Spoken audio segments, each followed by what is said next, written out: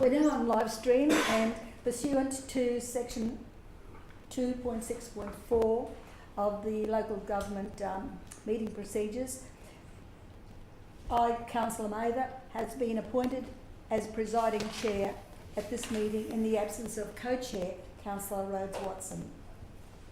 Could I have a mover and a seconder to Councillor Friend and Councillor Walcott? Thank you very much.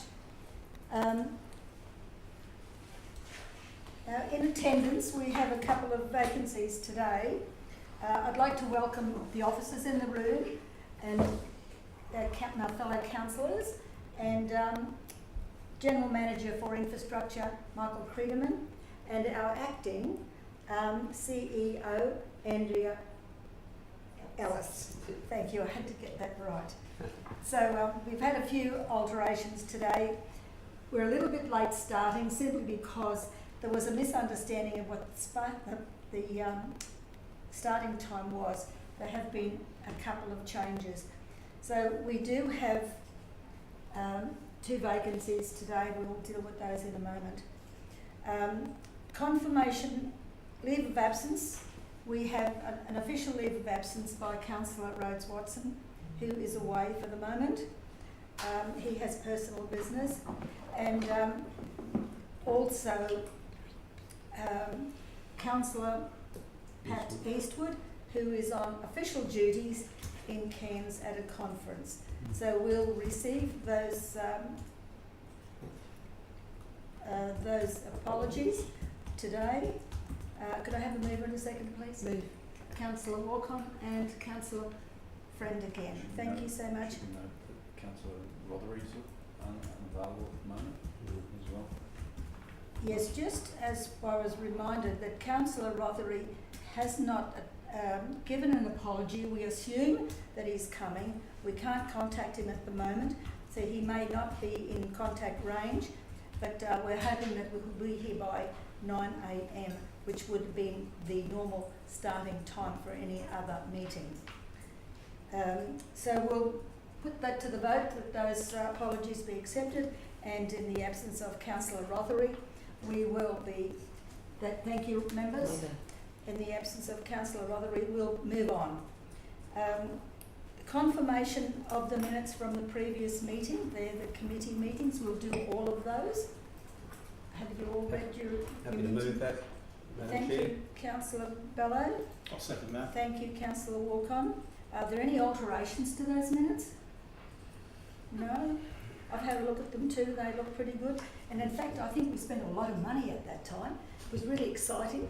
So if you're happy with the minutes, we'll put that to the vote. All in favour? Do we have a mover and a second? Yeah, that's right. And Councillor Walcott. Thank you, that's carried. Thank you. Declaration of interest in matters on the agenda. Does anybody have any interest on any matter at this point in time? If not, as we get closer to the item, you still may raise something. And I'd have to say that I may have an interest as well, and I will raise that matter. I can't say declare it, but I will raise that matter as we get closer into the agenda. As there are no deputations, we'll move on to business arising or outstanding from previous meetings. Does anybody have any matter that needs to be raised from a previous meeting? So we have nil there. So we'll move on. Presentations of petitions. There are no petitions today.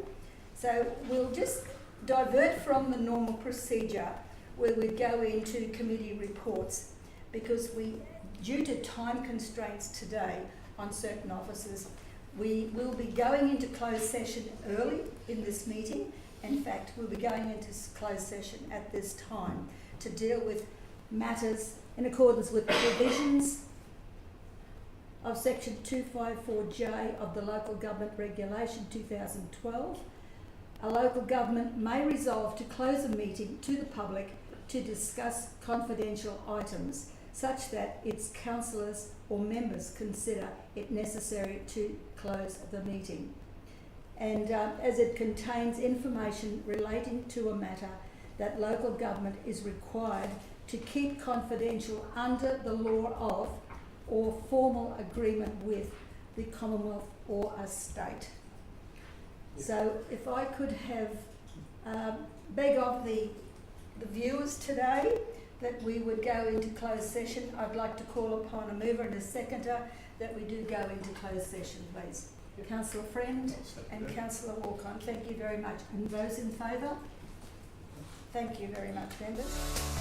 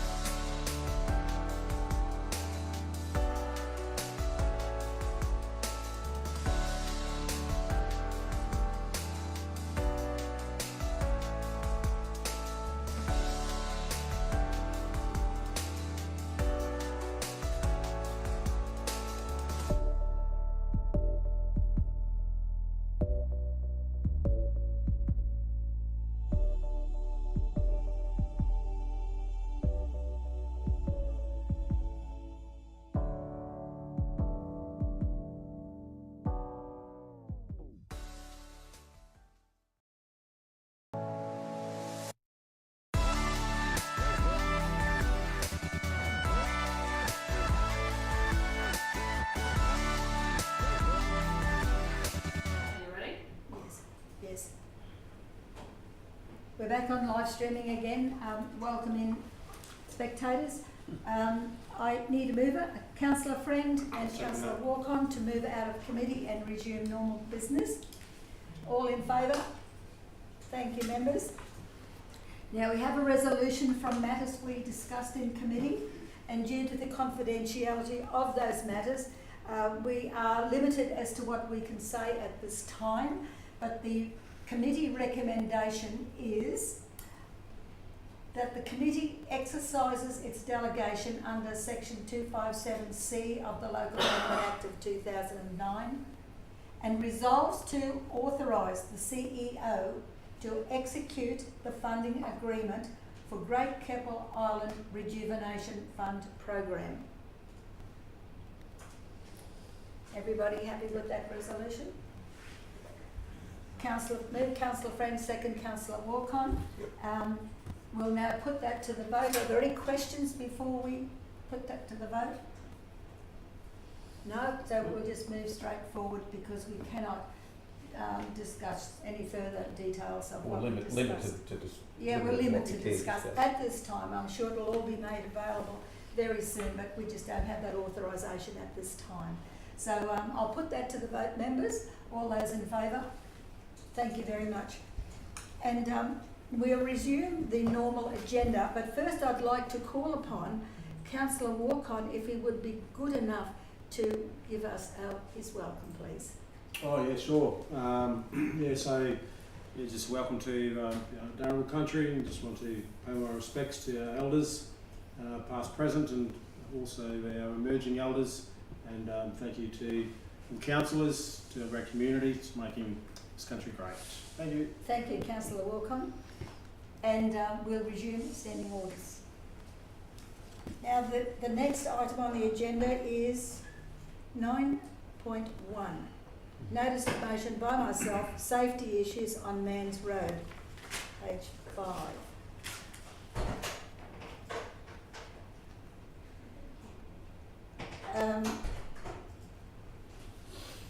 This has been a notice of motion that I've put up previously in relation to Manns Road, because going back some months ago, last year, there was an accident there. It was quite nasty. A lady was helicoptered out and the car burnt out on the side of the road. And because the accident happened on a hill and she used, I guess, not very good judgment, and she was probably more towards the centre of the road, which actually caused the accident. Now, the concern I had was on the hill that made a sharp turn left, and I asked if it could be, I guess, improved. It's difficult given the lay of the land, but I believe it could be improved to provide greater safety for all road users, certainly those people who are not familiar with the area. The officer's recommendation, where are we? That's your notice of motion. Yeah, the notice of motion is the blind spot on the hill is also a steep curve. Vehicles must remain tight left at this site for fear of unseen oncoming traffic. Despite good driving practices, the site will continue to pose a danger to motorists until the necessary improvements are carried out. And Michael, would you like to elaborate on the officer's commentary? Because there doesn't seem to be a matching of opinions here, and I believe that something could be done, just when it will happen and to what extent is another story. Thank you, Councillor Mather. So through the chair, as Councillor Mather mentioned, there was a single vehicle accident in November 2022 at this part of the road. So an inspection was done at the time, a review of the horizontal radius and the existing crossfall and super elevation of the road, and the vertical geometry was assessed. At that time it was considered to be in fair condition. Notwithstanding that, it was agreed that some advanced warning signs were installed to alert the motorists that there was a curve coming up in their travels. So officers have indicated at that time that that was sufficient to alert the drivers and to improve the safety in that section of road. There's a general understanding that if we upgrade roads to sealed standard, it's about $600,000 a kilometre. In this case, if we were to look at any future improvements, then it would cost a little bit more than that due to the topography and the curve and the vertical geometry. The notice of motion indicates that a business case be developed and placed in the Forward Works program. If council resolves through this committee and then to council in a fortnight to enact that, then officers will be more than happy to do the assessment, develop up a site plan, and then do a detailed estimate for inclusion in the business case. So happy to take questions. This is a notice of motion, so it's usual that officers provide some commentary, but I'm happy to take any questions Yes. for clarity. Through you, Madam Chair. So thanks, Michael. What's the current service levels of this road, Mans Road? I'd have to take that on notice, Councillor Friend. If you've got any other questions, I'll just have a look at that and I'll get back to you in a few Sure. minutes. So looking at the report states 1 million per kilometre. Is that correct? Did I read that Yeah. right? And when we're talking about that particular severe bend and looking at realignment, if we just look at that particular area of the road for safety rather than the whole road, because I'm not sure how many kilometres this no-through road is, that would be less cost, I imagine? Yes, that's correct, Councillor Friend. So in general terms, if we upgrade a road, it's $600,000 a kilometre, but due to the potential earthworks required, it's a bit of a hill through the section that's in question. We, as a very broad brush estimate, believe it might be $1 million a kilometre. That's just broad brush, not to say we have to seal a kilometre of the road. It may be that we, if council's desire to upgrade that section, it might be we cut down the hill a little bit to improve the vertical geometry, and we change the horizontal geometry a little bit, widen the road to sort of 6.5 metre sealed standard. So, and how far down each approach of the road you go will be reviewed by the designers as they look at sight lines and the stopping sight distance and that sort of thing, and the grade and the wheel spin, all that sort of stuff. Okay. So looking at Councillor Mather's notice of motion here today, we're looking at taking this through to the general meeting later in 2 weeks' time for a business case, etc. Councillor Mather, may I ask of you, as the mover and the notice of motion writer, can we include a on-site inspection by councillors? I'd be very happy if you wanted to go out and have a look at it, very happy. Because if it goes through to the next council ordinary meeting, I'd like to actually go out and have a look before that meeting and have a look at what can be done, because I'm not sure whether the whole lot of that no-through road needs sealing or just that particular bend needs to be made safe, and I'd rather see it with my own eyes. Yes, not a problem. Just to answer the question, the road is approximately about 1.5 kilometres long, and I did not ask the road to be sealed, just that section, because of the slide that the cars tend to take when they go over and they slide sideways, just to give them the grip on that curve. Certainly. But I'd be very happy to, if someone would defer that it goes to the general meeting, to allow members opportunity to have a look at the site. And they can make their own judgment. I'm not an engineer, but it doesn't take blind Freddie to see that from an average person in the street, that something needs to be done. Because I'll go to the next one in a minute, because it will show that the officer's assumption was a little bit clouded. Because so my question to you, Councillor Mather, is may we add that into Oh, you have. They have. Thank you so much. The She's wording. good. The wording, that policy, the matter lay on the table pending a site visit. I'm not sure if the matter's now going to be laying on the table though, if it's coming back to... Just if be it- deferred till the next meeting to allow members to have an on-site Sure. inspection. Yeah, that's all we need to do. Is that correct? So the next, do you want it to General go re- to general- the general meeting in 2 yes. weeks? Yes. To allow members to have an on-site inspection. That's all you need to put, and they can make their own times to get there. Yeah, and if we lay it on the table and then we can raise it again at the general meeting in I- 2 weeks, that's Councillor okay? Mather, I prefer an actual official meeting with a council officer there as well to be Yeah, able to no explain. We You can know. fit in with the officers. I don't have a Hopefully. problem either way. And probably local as well, that can just explain a couple of, you know, what, because is it through road? No, It's a it's no-through road. It's just local traffic. it's It's like local that. traffic. Yeah, yeah. Okay. And a garbage truck. Mm-hmm. That's the concern. Yeah. Yes. It might be cleaner through the chair if we just lay it on the table pending a site visit to return back to this committee, just to make it cleaner so it stays in this committee. The committee can then have the site visit with councillors and whoever in the community, come back That's to this another committee month from now. and then lift it.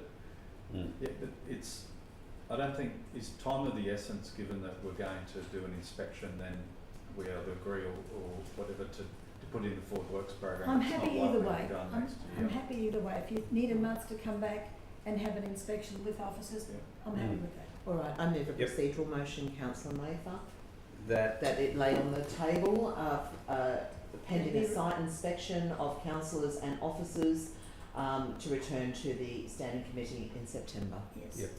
Do I have a second, Councillor? Yeah, it's a procedural. procedural, yeah. Procedural, yes. Okay. Are there any questions on that? As procedural, we just go straight through to the vote. All those in favour? Thanks, members. It's carried. We go to now 9.1. This is in relation to the same road. And the garbage truck that's been servicing people along that road. And this was part of the concern because there's only, I thought it was only one person being serviced, and apparently there are three. As to how that service came about was the question, because people are asking me, because there's been emails going to local people on the road, and there have been letterbox drops canvassing, do you want this service? And it wasn't part of the resolution when we actually identified Kawarl as an area that could actually utilise this service. So the concern was here, the garbage truck is going down that road, and it actually came up on the wrong side of the road on the hill the other day, it was witnessed. And that was the concern that I had as well, because people who don't know the road think they've got the road to themselves, and this is where the problem starts. So members, the questions and the answers here are what I was looking for, because as Man's Road was not on the list to be canvassed for service, it seems like it's been given that service unbeknown to me anyhow. So can I just get somebody to explain that? Because, and if it's voluntary, as it was alluded here, well, that concerns me even more. Because we just can't have people saying, oh, I want the service because it comes off the highway. We just can't do that because it's willy-nilly and nobody's got control of anything. That's how I see it. I don't have a problem with the garbage service. But as long as it's authorised, you've got, people have an understanding that when they get a survey, they either want the service or they don't want the service. And there was, I guess, an unspoken rule, 80% say yes, you get the service whether you like it or not. But when people don't want it, then, and they still get the service, or some people get the service, the roads are the ones with the wear and tear. That's my concern, and I don't have enough money for roads now. So if we've got a service that's going to operate for the sake of 2 or 3 people, and we don't know about it, didn't know about it, wasn't resolved. That concerns me. Because we really don't know what's going on out there, if that's the case. And if somebody would like to tell me where I'm wrong, I'm happy to listen. Are there any questions? Yes, thank you, Councillor Mather. Through you, Madam Chair. Two officers, I'm not sure which officers, but so I understand that a letter to the residents stated that if you wish to receive, please contact council. So basically, if you don't wish to receive, they didn't need to contact council. Is that correct? Through the chair, I might ask our principal waste officer and manager of water and waste to come up just to help tease out some of the questions and further commentary. Thank you. I think this is where a lot of the confusion is. If you don't answer, it means a yes. If you do answer, it means a no. So this is where there's a grey area that is not, it's not clearly understood. So I might just ask my question again through Yes, you, Madam thank you. Chair. So the letter, thank you. So the letter to the residents stated that if you wish to receive this service, please contact customer service. And for those that don't wish to receive it, they didn't need to contact. You are only gaining the information of those that wish to receive it. And from what I understand to date, there were 3 properties that wish to receive this service. Out of how many properties, approximately? You've put me on the spot I there. I always can't do. clarify. Can I just go back and clarify something, Yes, just so of that the course. table understands what we're talking about? So there's 2 different things here in regards to a new collection service. So one was the one at our previous standing committee meeting, we talked about Kawarrel and Mount Chalmers, and that we would need to survey them because they're a whole new area altogether. So I'm going to We have push a my line hands around around. it. That's exactly right. So they're up here outside the line. And then we've got those other premises that are along service routes. So where we're traversing between one locality to another, and there's a road that traverses, and then we've got roads So in and out in as you and go out. along the highway. So those people can opt in to the service. We don't need to survey, but we do send a letter out just to say if you wish to be included in a curbside service, you may. But you don't have to be. We don't make them. We don't charge them for that service if they don't need to be. I tried to explain that to a resident that was concerned about that along Man's Road. Sure. So that's the difference between the two. So we need to be clear about which area we're talking about. So because the area is already being serviced Yes. along that area, Yes. people can opt in. Yes. They don't have to. No. So it's not mandatory. No. It's not like Kawarrel Mount Chalmers No. where 80% is Yes. needed. Yes. Got you. Okay. Yes. Thank you so much. Before though that we sent out the letter, we did go and clarify with our manager of our roads crew and our coordinator to understand the road. Could the trucks be accessing those roads? Also with our current service provider, which is JJ Richards for the curbside. And those drivers are professional drivers. This is what they do for a living. So we had to ensure that they could traverse the road because we have to ensure that our contractors are safe as well. Of course. So, and they all come back in the affirmative that that road could handle a once a week collection or a fortnightly, there'd be 2 trucks. Yeah. Thank you. So question again, does that include a recycling? Yes, so that's your fortnightly service. Yeah. So that's when you'd have 2 trucks traversing that road of a Yes. Thursday. Yeah, and this is my concern when you've got a service, and I don't have a problem with people getting a service. If everybody's in, they all get the service, and it's well worth it because they're contributing to the finances. If they don't, we've got the heavy vehicles going up there every week or every fortnight, and the impact on our roads, that's my concern. Because we don't have enough money now and people are screaming out for attention and it's been delayed a long time, Michael, too long. And they hate us simply because we're putting the extra pressure on the roads and they're not getting the maintenance as often as they would think that should happen. And you've only got 1 or 2 or 3 on a 1.5 kilometre road. Yeah, I understand their concerns, yes. Just on another note as well, so these private waste contractors are now starting to pull their bulk bins out of those areas. So those residents are now being left with no option for some type of waste service. And they don't all want to go to a transfer station. Well, what they want to do and what we can provide are two different things sometimes. Perhaps we're mollycoddling people too much. And what do you do when you go out of town? I mean, if you don't have the curbside on an urban basis, are we sort of trying to give everybody everything, even in the bush? That's my concern. They need to use a little bit of environmental thinking. Councillor Walker. Oh, thank you, Madam Chair. So can we just circle back around just to your the question on notice? We're realising that I'm gathering that the information's provided to show that it's been answered that people can receive the service or not receive the service. So what kind of happens from here in terms of your notice of motion? I don't know. I think I'd like to see it go back to the drawing board and have a chat out. Members. Through you, Madam Chair, in relation to this, I personally, sorry, Councillor Walker, were you finished? My apologies. Yes, It just all depends whether the question gets answered, I suppose.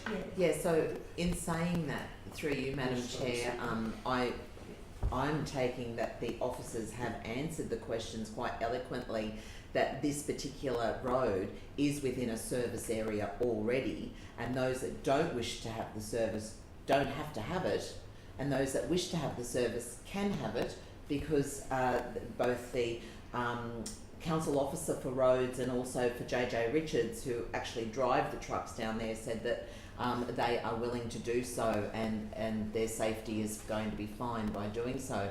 So I don't see what the problem is to, I think they've answered the question. The problem is that nobody does the roads.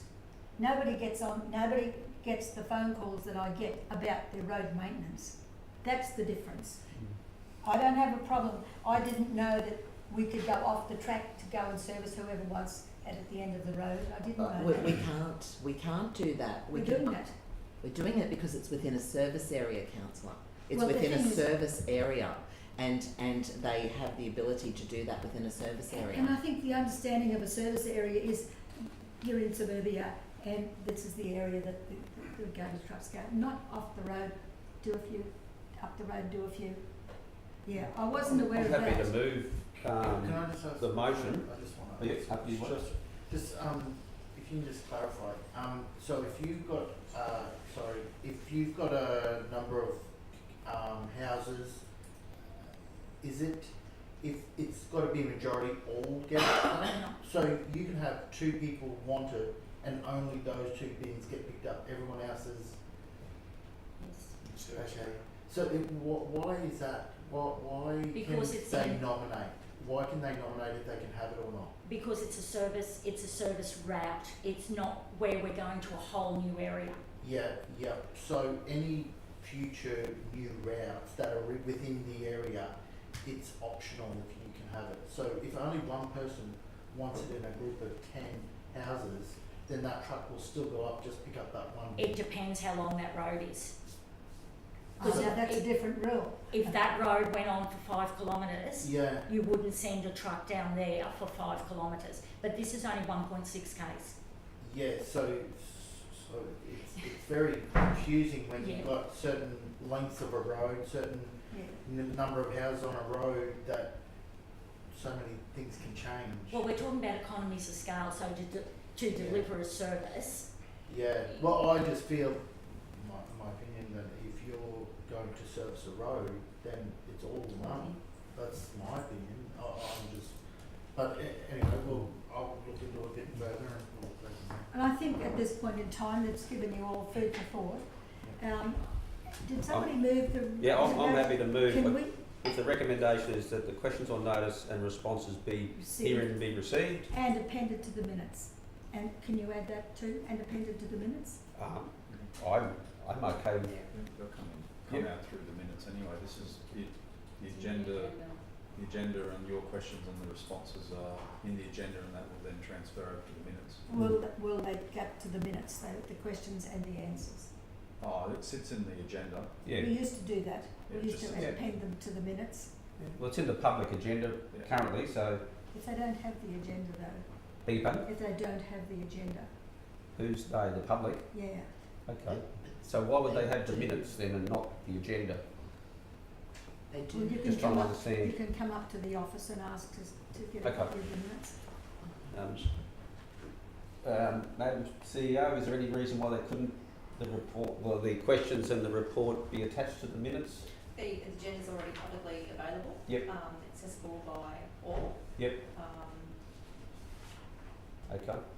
So Councillor May, it sounds like you'd like to see it displayed in the minutes Yes, particularly. because it's a little bit contentious, yes. So people can get the answers there and then, they don't have to go fishing for them. In the report itself. Yes. In the minutes, people read the minutes. Yeah, Okay. through you, Madam Chair, and with your leave, Mr Mayor, I suppose really what you're saying is the way that Leanne has explained it today, will that be then placed in the minutes? That this is already a service area? It won't be in the, sorry, through the chair, it won't be in the minutes, it'll be These ones will be in the minutes. the explanation is in Official. the agenda, which is on Yes. our website and which we're working through today. So that will remain in perpetuity on our website as an agenda, and the minutes will state that for this item that potentially that the questions on notice and response hearing be received. But that as Councillor Mather's requesting that Asking. this But the the questions entire and the words answers from will- the agenda be inserted into this, Well, the it minutes gives- of this. Did we have a mover? Yeah, I'm happy to move that we receive. They're received. Yep. Is there a seconder for that motion? Yes, I'll second. Well, I'll speak against it because it was to give people the explanation as to why, and to have the minutes. If they look at the minutes, they'll see this, and if it relates to them, they'll get a good explanation. That's the only reason. Because we used to do it way back, So, and if it just dropped Sorry, out. through the chair. Yes. The resolution that has been moved and seconded is that the report is attached to the minutes. So what you're asking for is being addressed through the resolution. Officers will ensure that that's taken into effect. All right, To thank make you. a complete change to how we record minutes will require a change to the meeting procedures Yeah, policy. just to this occasion, thank you. Receive and attached to the minutes. Okay. Be attached to the minutes, thank you, members. You happy with that, Councillor Friend? yes, Thank thank you very much. Because it's something that people don't understand, because they'll be completely and forever asking questions that are varying from each other, and they won't have a clear picture. So when they read this, they'll totally understand what's been said and what's been done and why. Yep. Well, in speaking to that, perhaps the only thing I'd like to ask Councillor Mather whether you would allow us to amend it to include that we have a future workshop to Happy to do review the policy on this somewhat, that. because as Councillor Rodri points out, he's got questions potentially about it, and I think that's a healthy thing for us as councillors. So And I think that's a very good idea, With- Mr Mayor. with your support, if we could include that addition, that we'll Yes, have further thank you. discussions at a workshop about it. Yeah, I think so. Okay. You happy with that, Councillor Friend? Yes, I am, Yes, thank you. okay. Thank you, members. We'll put the vote then. No further comments from me, No Madam. further comments, no further questions? Okay, we'll put the vote. Those in favour? Thank you very much, that's unanimous. Thanks, Madam Secretary. We seem to be taking an awful long time today, don't we? But That's they were- okay. They were quite, there's a lot of time going in, officers' time, but you can imagine how much time it takes me to do one of these as well. Application adjacent, 11.1, road closure application adjacent to the Bruce Highway at Yamba. Yes, Councillor, one day you might be Michael. Our General Manager will lead into this one. Is there any chance that we might be able to get a map on that one, Amanda? I know we've got it in the report, but it wasn't until last night that I actually got a clear picture of where that little bit of road is. I was looking at the wrong piece of land. So I think it's in our interest to know exactly what we're talking about. So I might start through the chair. So in June this year, officers received a request from the owner adjacent to this unformed road reserve. An application has been received for the property owner to acquire it. Just there, that little bit there. No, it's No, the it's the one above it's it. the one It's the one above. above It's this Just there. section, Oh, yeah. sorry, yes. See, how easy it can be misled. That little tiny bit there. Yeah.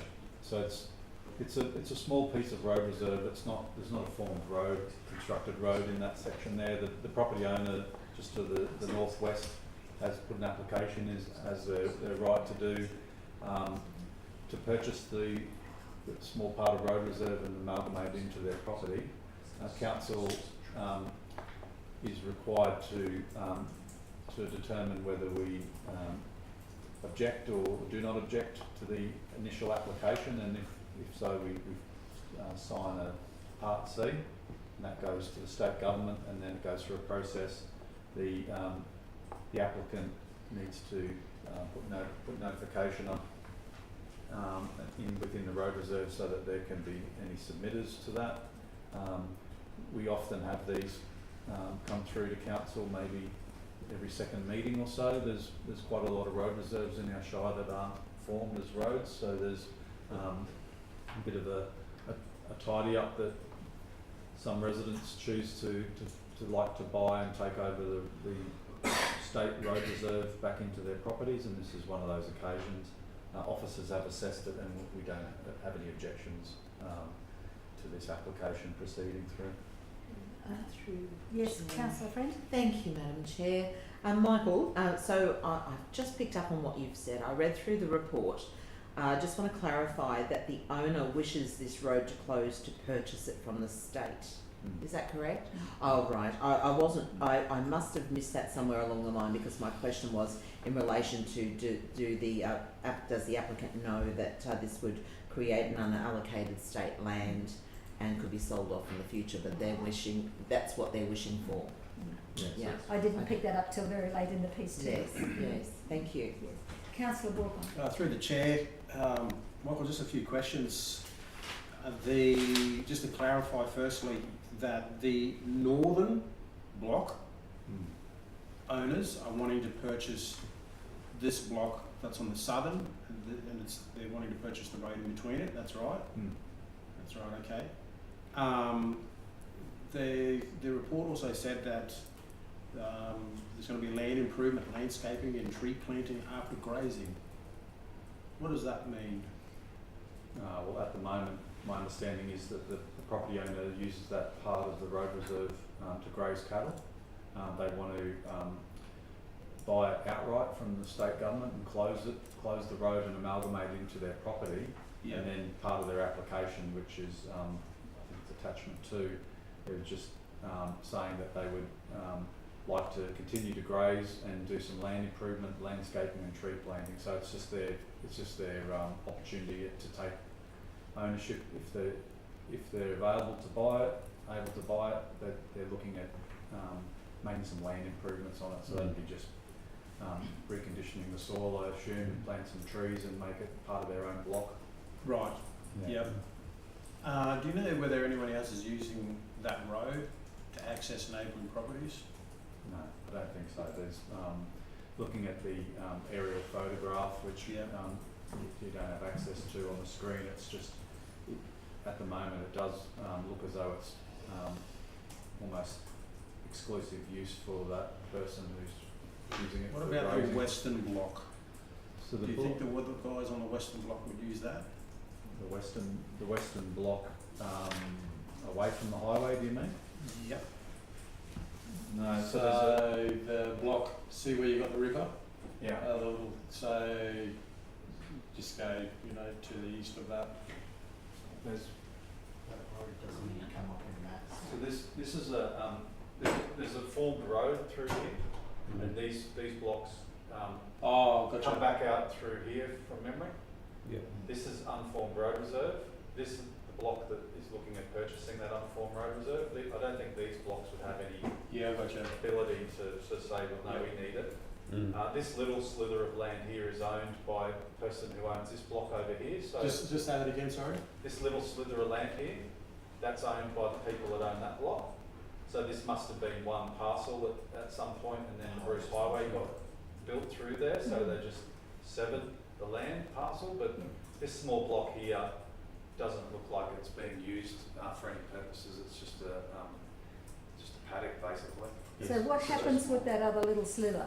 Well, that's still If that private still property. belongs to cross the Yeah. highway? Yeah, that's private property in favour of those people. This little unformed road reserve, we don't need that because we won't require any additional accesses onto the Bruce Highway. Everyone here can come out through here. So we're supportive of that little piece being closed. Michael, the little sliver, that belongs to the people across the road. Yeah. They automatically, according to our policy, would be required to be notified and comment if they wish to. Is that Yeah, that's not our policy, that's the state government That's what procedure. I'm So saying. our role here is to say whether we object or Or don't not, object to yes. the application, Yes. and that's before us. Mm. And then if we say we object, then we write object and the paperwork, yes. the residents can pursue that. If we say we don't object, then they have to go to the state government, and that goes through the state government Yeah, process. thank you. Just my last question. We are resolving this now, not recommending it to go to, No, committee. to another meeting, no. Are we The resolving? committee recommends council resolve, so this will Okay, go gotcha. in Thank 2 you. weeks to the Yes. council. My question, we don't know then if the people across the highway who own that little sliver, we don't know whether they objected or not, do we? No, because we, It's all in the hands of the state. yeah, the state run that process, and then they'll have to put some signs up, and then Yeah. they'll It's get like a development comments application. from the landowners in the adjacent areas. Because I know, Perhaps just to clarify that, Councillor Mather, to Michael there, it'd be interesting to know when there's, for example, a road that is dividing the land in question from, does that landholder on the other side of the road, do they still get notified because they're adjoining landholder, or is that road actually, by virtue of segregating that they actually don't get notified? Because my understanding is that if it's an adjoining neighbour, they automatically get notified. But I remember one other one we had where there was, might have been down that Belmont Road where the neighbour wasn't notified because virtue there was either an easement or a road reserve or something. So it'd be good to just get that qualified, I'll take that on notice. that additional, I guess, understanding of how that process. see, the neighbour was notified because the neighbour across the highway is the same neighbour to that little block we're close, that little Yeah, road. okay, yep, well there you go, It's a that slither may be the connecting piece that requires them to be notified. Yes, Yep. yes, Mm. it would. And my thought was, because it's state organised, state operated, that the people across the highway would have said, oh look, I'd like to sell that bit, you can have that bit too, you know, because it's just a little parcel out on its own, really doing nothing. But I know the area because when the rail line went through, land was swapped and gates were changed, and we're still cleaning up a bit of that at the moment. So it doesn't surprise me that all these little slithers unconstructed Happy to roads. move, Madam Chair, if you'd like to move it. Yes, I know I can stop there. But this is what's been happening in that area because of the road changes and the rail changes. So I don't have any objection, I'm happy with that. I'll second that. Thank you, Yep. Councillor Ward. Yep. Did you moved it, Councillor? Yes, I did move it, Yes, Madam Chair, but I'm happy to leave it. no, you moved it. Yep. Councillor Walker seconded it. Thank you, Madam Secretary. No further questions. We'll put that to the vote. All in favour? Thank you, members. That's unanimous. We'll get there yet.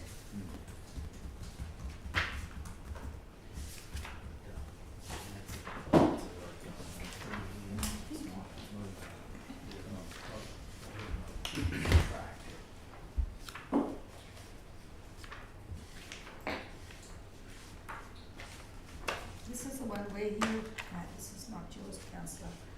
Mr Mayor? 11.2. Yes. 11.2, the Caves Waste Transfer Station operating hours. who's taking charge here? Chris and Leanne. Thanks, Chris. You can share that one. Thank you. It's a good one. So, by way of background, there was a council resolution back in 16th of January 2024 to undertake consultation with the community up in the Northern Corridor. Consultation took place over a 2-week period where a number of options were proposed to the residents up there to get feedback on what their preferred opening and closing times of the waste transfer station was. 4 proposals were put up there, one with the existing proposal 1 and 2, which were just different days and different times, and then proposal 4, which was increased hours, which would have come to increased cost to council. Out of the responses, there wasn't a huge amount of responses, but we did get 37 responses back who completed the survey, and 18 of those, which is 48.65%, were more inclined to go with proposal 1, which is opening on Monday from 2:30 to 5 o'clock, Friday from 2:30 to 5 o'clock, and then increased hours over Saturday and Sunday from 12 midday to 3 p.m, and then on Sunday 10 a.m. to 3 p.m.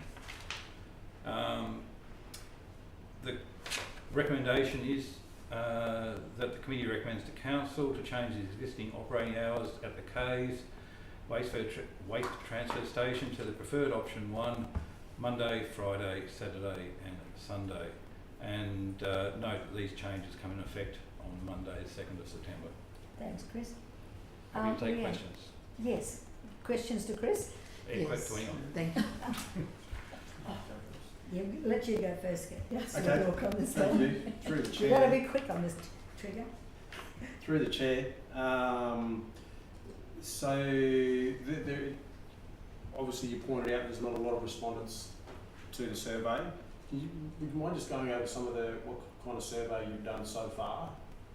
Yes, so back in the meeting on the, what's the date, 4th of June, we put up the communications strategy, which was brought to council for endorsement. So it had a number of questions that we, survey questions there. Do you live in the northern region? Do you find it difficult to visit the caves? How frequently do you utilise it? Which proposal are you most in favour of? Do you anticipate the proposal extended operating hours would possibly impact your ability to manage your waste disposal? And do you have any additional comments or suggestions? Yes. Maybe a little more in the direction of, was this via email? Was it on social media? So- how was that conducted? So it was through our Get Involved portal, plus we also had paper copies at the waste transfer station site, and also paper copies available at the local hotel And the shop. and the shop. So, and word of mouth out there moves faster as well. Can I just, through the chair, can I just ask a question? Just with, I see the times, and I'm not quite sure with the current, what's allowed. Isn't there minimum hours someone can work? Like, do they, so if someone's put on to watch, you've got contractors look after it, isn't there like a minimum they have to be on work or called into work? Like at there, you've got some jobs just 3 hours or 2.5. Like, what's go there? Do they still do other work while they're there for that 4 hours that they're meant to be there? Like, does that make sense? Yes. Yeah, so currently it's open 2.5 hours per day. Yeah. So how do you get away with that? We have a contract with Outlook, which specifies a number of hours. So if they've got someone working, they've got to give them some other hours so that they just tie that in with their other work. They have a fortnightly roster, so they have a nominated amount of hours they have to work per fortnight, Yeah. and over that fortnight they may work at Yeppoon, they may go up to Marlborough and do a Saturday every fortnight, Yeah. so their hours are fulfilled within that fortnight. Okay. Yeah. No, I'm more talking about like if someone got called into work and they said, "I'll come in for just 2 hours." Normally, there's a minimum amount you're allowed to go in for. And how do you get around that? Like, because 2.5 hours is definitely less than the minimum. that you can be called into work. So I'm just wondering, is that something that will be on council down the track if someone goes, hang on, I didn't get paid, I've got to be, if I'm getting called in, it's 4 hours. No, under our contract, we So specify that's up this. to their company. Yes, yes, and they will, With them. yeah. Yeah, okay. Good question, Councillor Rotherley. Yeah, I'm familiar with that one. Councillor Friend, over to No, you. that's fine, it's been answered. Oh, Thank you. Okay, you've had your heads together. I wondered whether you actually read the comments from some of these people. They were quite Yes. interesting. They're quite well, you would have, yes, yes, you would have. In fact, quite a number of them said, look, leave things as they are. And there wasn't a lot of difference between them and change it to option 1, I noticed. One fellow there said, oh, it doesn't suit my timetable. I thought, love him.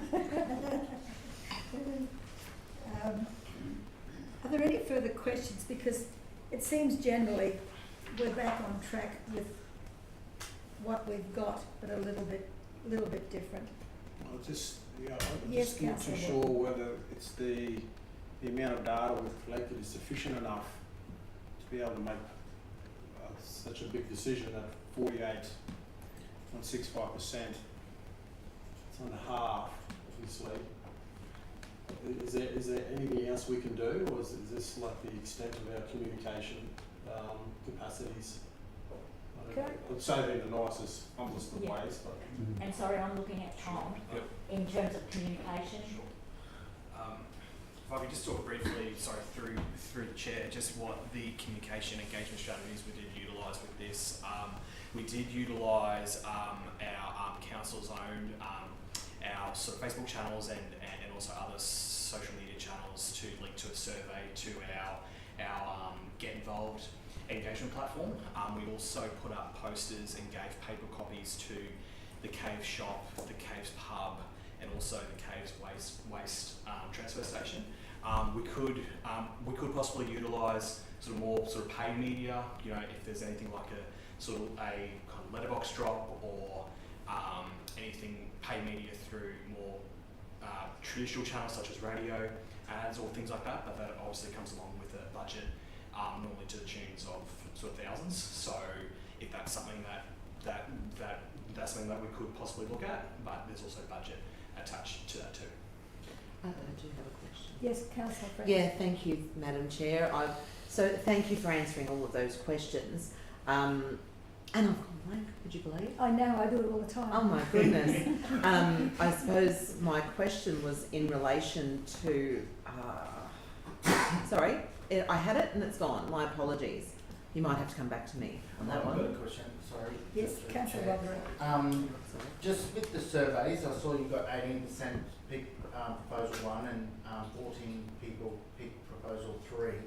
Now, of those, do you have, is it separate addresses at each vote? Could one house have 5 votes and the other, and then of the 14, it's 5 different addresses? Is that, have you looked at all that as well? Like, so it's 1 vote per property?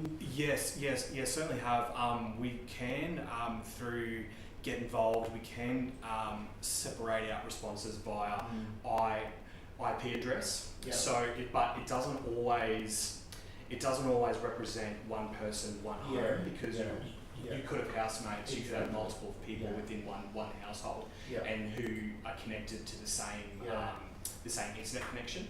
Mhm. So it does it. So I see exactly what you're asking. It's just it's not always quite I think- a exact science. I think I wouldn't mind personally. I wouldn't mind actually going out there myself and just door knock, and actually just get a bit of an understanding before I vote on anything. I think I'm happy to go out and actually just get a good understanding from the community. So yeah, I'll leave it at that. I remembered, thank you, Madam She Chair. remembered, let's go with it. So now the contractor outlook, they're in agreement to these times, is that correct? And it works in with the contract with council? Yes. Okay, and then my next one, I suppose, was to Councillor Rothery. Are you proposing to lay this on the table? I just think it's too close to actually make a full decision. I think I'd want, and it's too variable. The how it was done. I think I just want to, before I vote on something, I think I'd wanna actually get a lot more information personally. So yes, I probably would play. So how would you like to progress it? Have you any thoughts? I reckon just defer it, just another month and actually get all can that be done. So, Amanda's got some words there about potentially laying that on the table. Yeah. As long as we've got a plan to act in the meantime before it comes back. Find out. I'm happy to go out there. There's 32 people that have voted. I'm happy to go out and actually go off to find out. You don't know who they are. But my question to Tom, I probably don't, but at least I'll get a good understanding. or to anybody for that matter, we don't know where these votes came from, do we? In terms, Were they urban people or were they people on the outer peripheral? it's been a while since I've checked out the questions. I don't think we had anything questions in there relating to their kind of property. So yeah, we don't know whether they're Town people or otherwise. residential or they live on acreages or all sort of Yeah, things like obviously that. Yeah. people that are working or either on the farm or at a full-time job, yeah. Possibly we could just go through the chair, maybe we could do just at least a letterbox drop. Not everyone, is on social media, not everyone's on Facebook, savvy with the computer, we get that, but I think we do, maybe we could. If And you want, through the chair, may I ask a question in relation to Councillor Walkon's suggestion?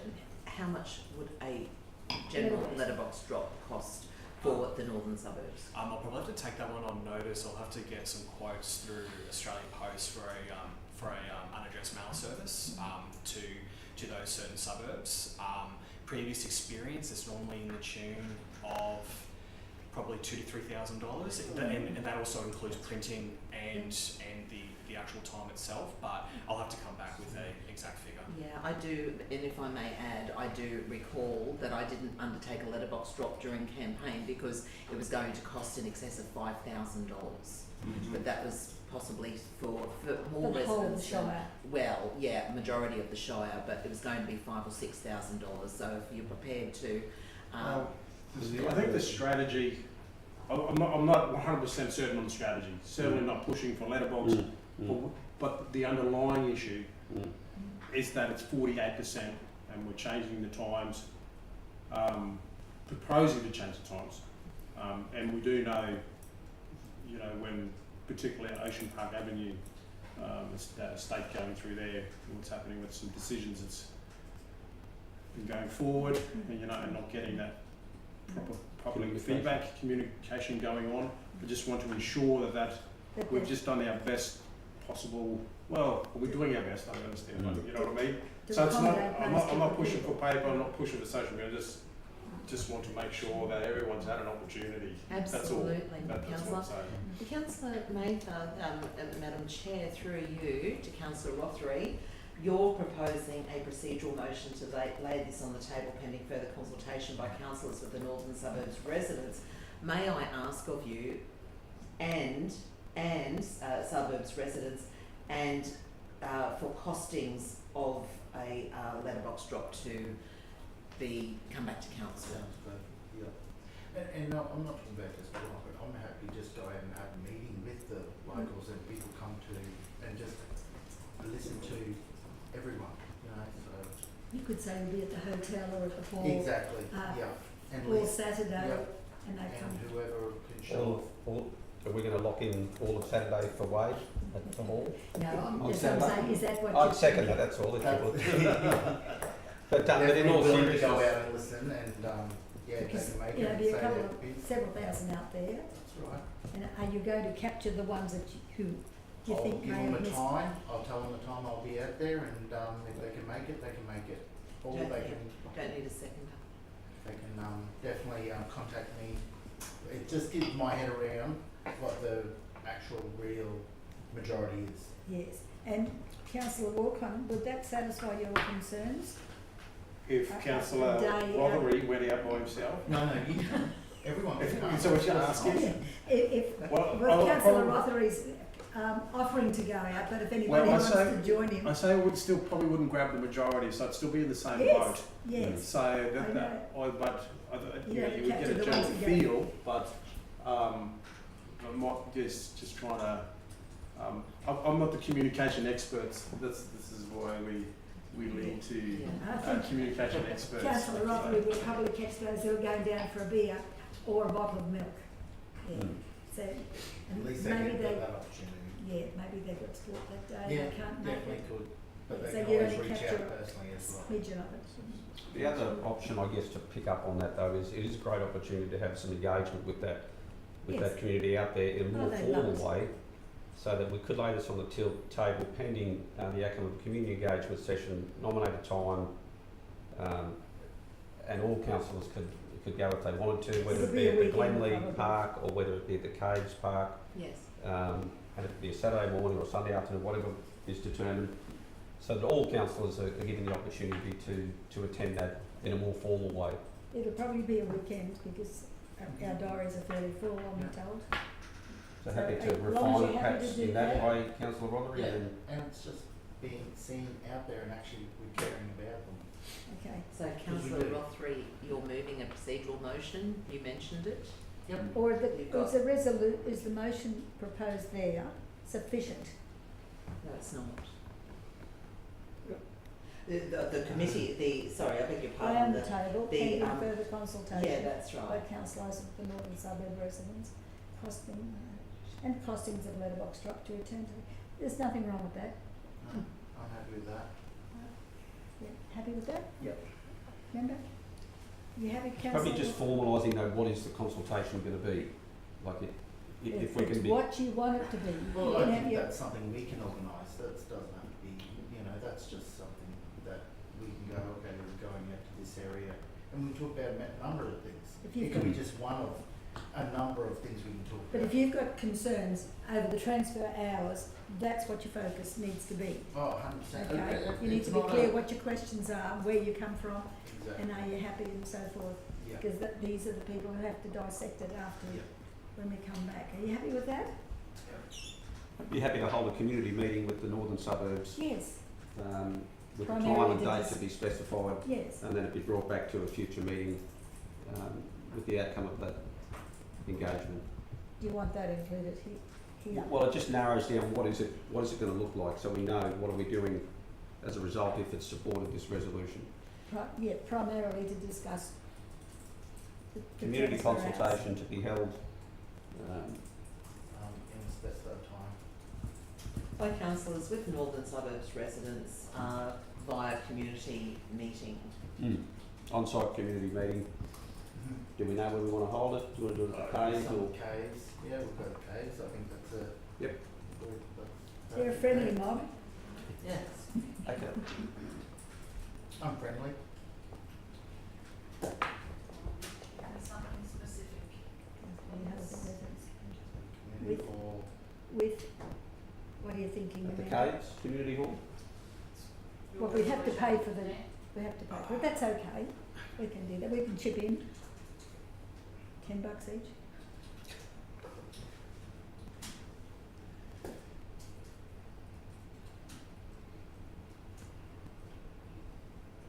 Want me to make it up? Make it I up, was we'll thinking go with this it. one, yeah. Are you likely to get all that done and back to this committee Yes. next No. September? No, You haven't seen us move. no, Yes. probably not. No. We Well, can do but we could perhaps push out when it comes back. It'll only be a couple of hours. And I'll just be very careful about making changes over that Christmas New Year period.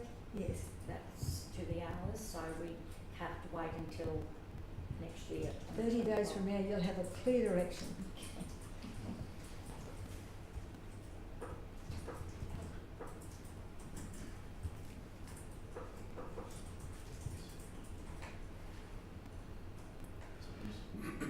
Within the next 3 weeks, we can achieve that? Yes. Yes. I definitely Okay. can, yep. We can do that. Yep. Okay, is everybody happy with the recommendation now? Just ensuring the officers have got clarity about when it's then going to come back to the council to be reconsidered. Turn to the next standing committee in It says- September. First paragraph, Yep. to turn to the next standing committee. You satisfied with that, Madam CEO, or the staff who have got to disseminate the information that we take back to feed into the... We can take this back with us, it's the information that they've provided. We can take that, say, well, this is what we've got, we're not happy with the response, we need to be able to narrow it down to make sure that we've got the right fit for all of you people. Everybody can't be satisfied.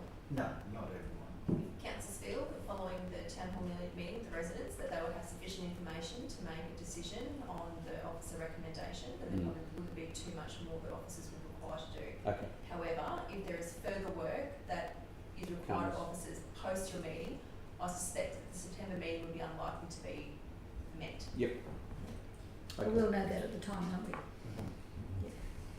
Okay, are we on our way? I just wanted that the next 3 weeks we do just councils we do have a couple of meetings on the Saturdays that are coming up, just as a FYI, with Yep. a community consultation meeting, 24th, the week before. It's not uncommon to have a number of meetings on a Saturday.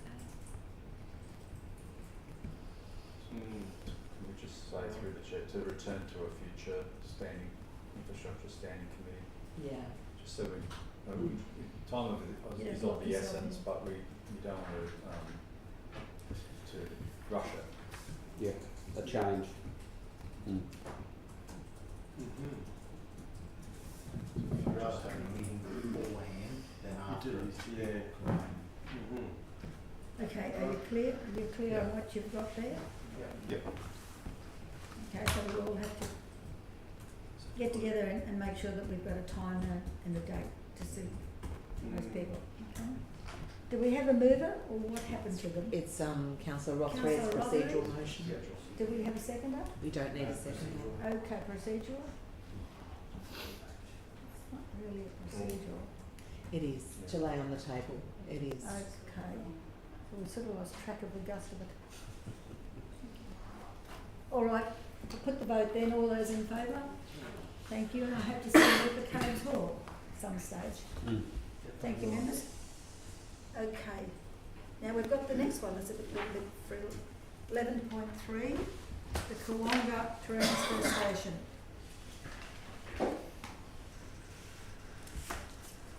Who's the speaker? Chris, thank you. So thank you again.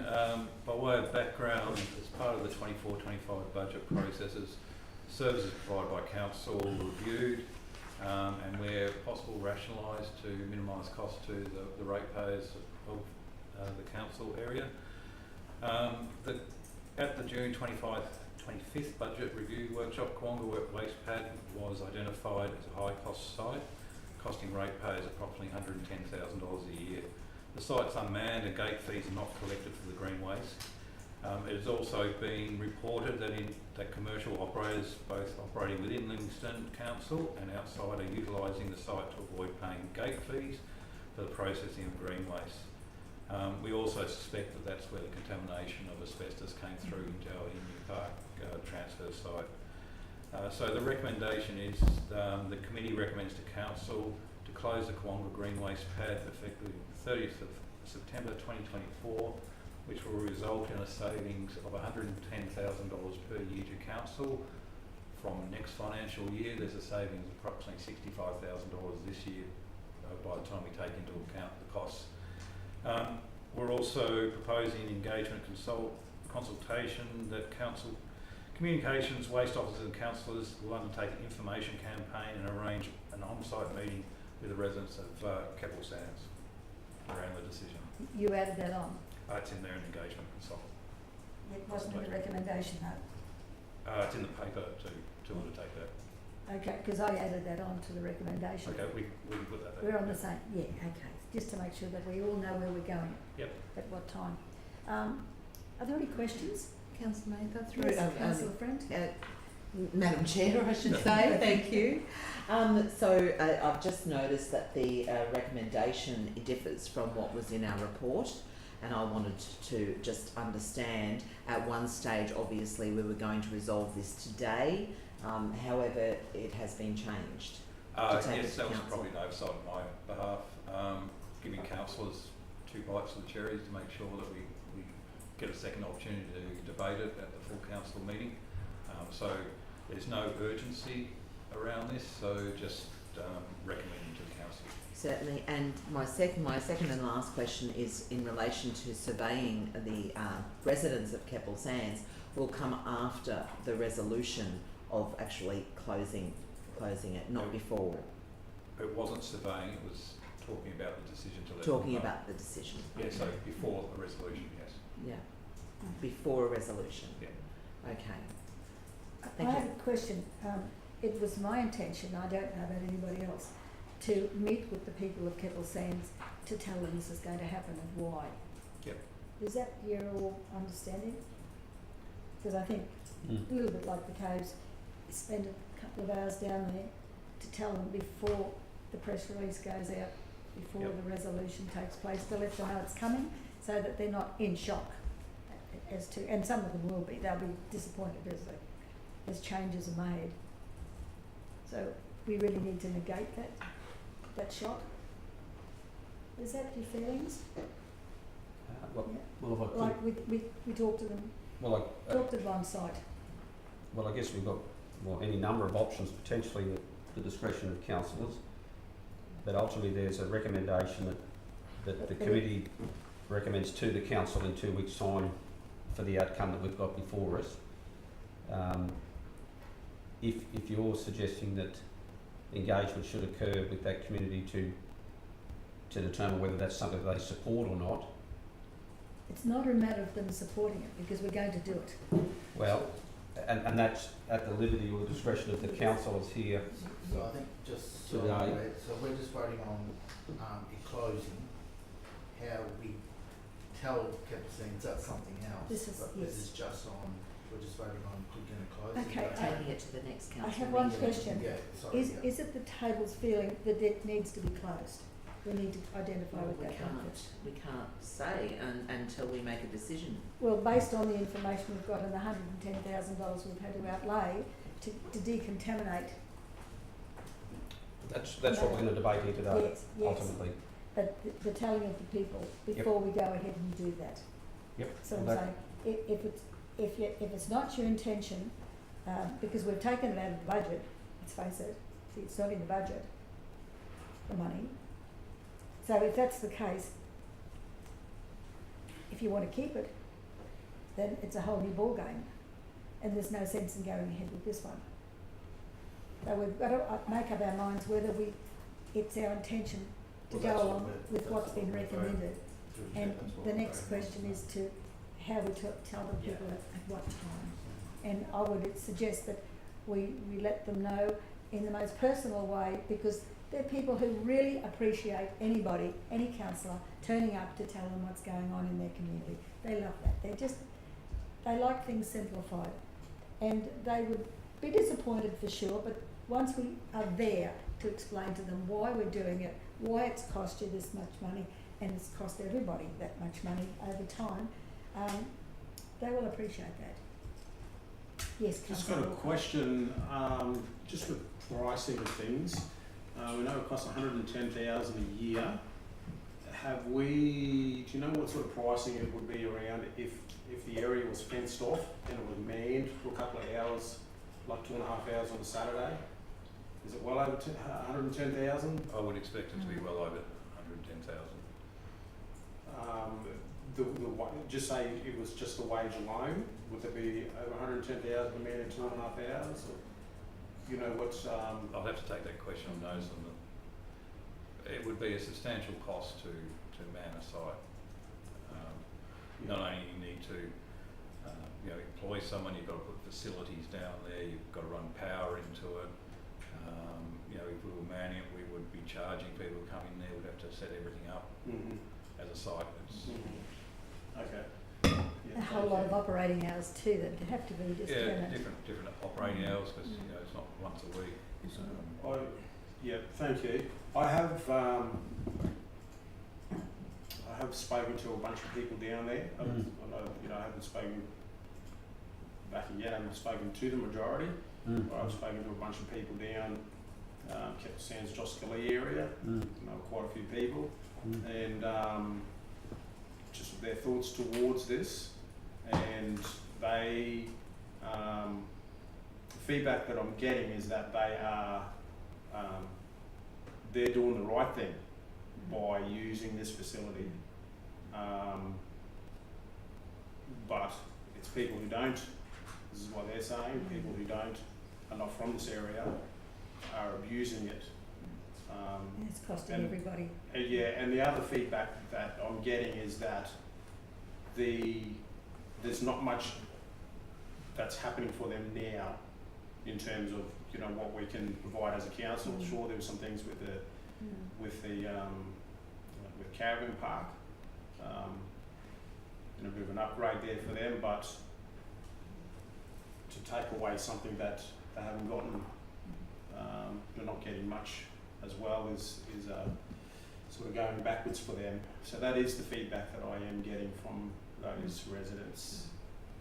And I understand that. Which is a bit of a tension, but there's no question in that one. No question, It's a and bit of a statement. no, it's a statement. You've made a statement. It's a Thank you, good Councillor statement. Walcon. It's a good I have a statement. question through Yes, the chair. Councillor Friend. Thank you. Am I correct in saying that it's not the locals that are the issue here? It's the commercial operators that come from all over the place and dump their green waste at any time of the day. It could be day or night. I know that there were cameras there, and they were stolen, so therefore. And recently we've spent approximately $150,000 to clean up the Emu Park asbestos issue, which was the minutest amount of asbestos found at the Emu Park, $150,000. Would it be fair in saying that the possibility of that asbestos coming from the green waste at Kawonga could have occurred? It's a likely scenario that contamination can be put in, because at our other sites we do inspections once or twice a day in the green waste pads. We have people at the gatehouses looking at green waste coming in. With Kawonga being completely unmanned, I couldn't say whether it's more commercial, as you said. The cameras that we had in there to gauge that type of activity are all stolen.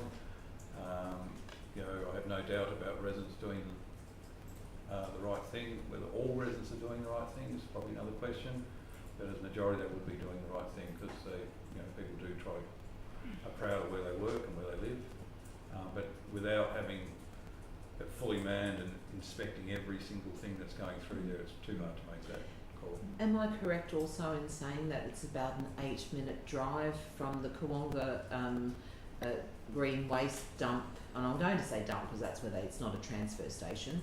I know you don't like that, but they dump it there, to the landfill at Kawarral. To be transferred. To the transfer station at Kawarral. So using Google Maps, the existing time it takes us from Keppel Sands to the green waste pad is 5 minutes. From Keppel Sands to green waste pad, to go to Kawarral it's 13 minutes, so additional 8 minutes. Okay, additional 8 minutes. Thank you. Or This is additional only for 12 green hours. waste too, isn't it? It's only green waste. Yeah. Where does all this green waste come from? I mean, if it's not the commercial operators. Oh, there's people's gardens and clean-ups around But the they're area. nice and tidy people down there. I often wonder because it's all neat and trim. That's where they're taking it. Yeah. Just through the chair, we've got 8 minutes for this committee until the next committee starts. Right, And let's we've got move. another item, so I'm sorry we will have to Killing our joy, Michael. continue questions, or we'll have to ask for a mover and a seconder, or it lays on the table, or lapses for want of a mover. Members, are you happy to meet with the people down there? I know Councillor Walcon has done that already. You happy to go down there Absolutely as well? happy to meet with the people. Yeah, if we have to get these consultations over and done with, so that they all got that first-hand information, like the caves transfer. I mean, they're the same things that are dear to their hearts. And we know that people on the outskirts don't have a lot going for them as far as their rates go. Yes, they can have facilities out there, but they don't use them, and they feel that's all they've got. And I understand that. My people with the roads up north, they feel the same. That's all they've got. So, I'd be happy to meet with them, but not with a decision to say that we're closing it prior okay. to it, Can prior to we, the are you decision. willing to go down there with an open mind to say, look, this is what is planned? I would rather have that type of discussion. Yeah, or we can talk about what is planned or what is proposed. Yep. So it Are you sounds, happy with yeah, that? it sounds like We don't want to perhaps go down and give them false Councillor Walk information. on, you'd like maybe to lay this on the table pending the outcome of community consultation. Yep. That could be a way that gives us a path to follow. Yep, hear them out, talk about the numbers, all that sort of stuff, and get a, Whether they've got an alternative idea. yeah, all those sorts of things, Chair. So you happy to lay this on the table, Yes, please. pending public consultations with the Keppel Sands Yes, community? please. Yep. Keppel Sands and Josh Lee. Okay, then we've got a path forward. Any further questions before we put To them be held fairly soon, at first opportunity? at the earliest, perhaps at the earliest opportunity, Yes. Yep. and then to come back to the future council meeting to be resolved. Yes, please. Okay, shall we put the vote? Members, are you happy with that now? Madam Secretary? With the southern We captured suburbs, all that? with the southern Aye. suburbs.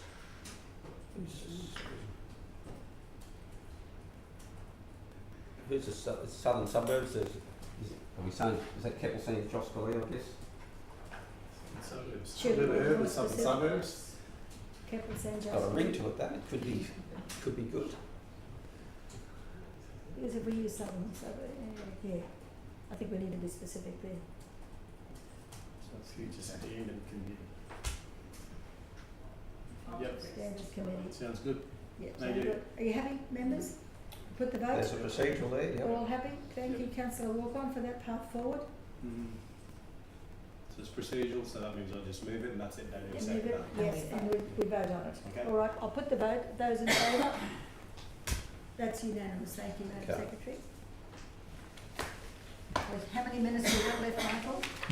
5 minutes. 5 minutes. Oh, good, this is the one, the tricky one. Pressure's on. Councillors, would you like to take the report as read and I just explain the Yep. actual purpose Yes. of the report? Yep. Yes, thank you, Mike, Chris and Leanne, thank you. So councillors, this report contains information regarding the Emu Park Surf Lifesaving Revetment Wall project, for which council has committed $140,000 in this year's budget for the design of the project. It also contains information on an extension to the Emu Park foreshore revitalisation project, which is, the Anzac Memorial Walk extension, which is actually an extension from the existing walk down to the bottom of Peace Park, connecting it to the bottom of Hill Street. That proposal was brought to council by Phil Gannon and Barry Baines, and that was part of the first Emu Park foreshore revitalisation project, but never actually received funding and wasn't completed. So there's plans attached in the back of the report. Barry Baines is looking for, and the Emu Park Surf Lifesaving Club are approaching state candidates for future funding for both of the projects and looking for election commitments. So part of the report is to just take the information that's contained in the report, where we've consolidated many different recommendations moving forward, and all the plans are attached in the back.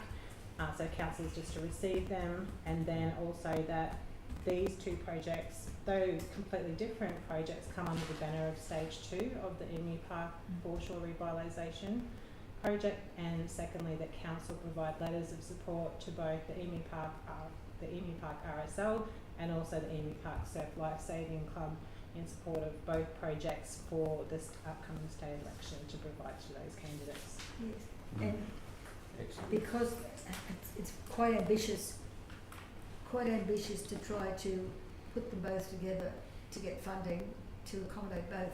It's very ambitious. I love your ambition, Mr. Mayor.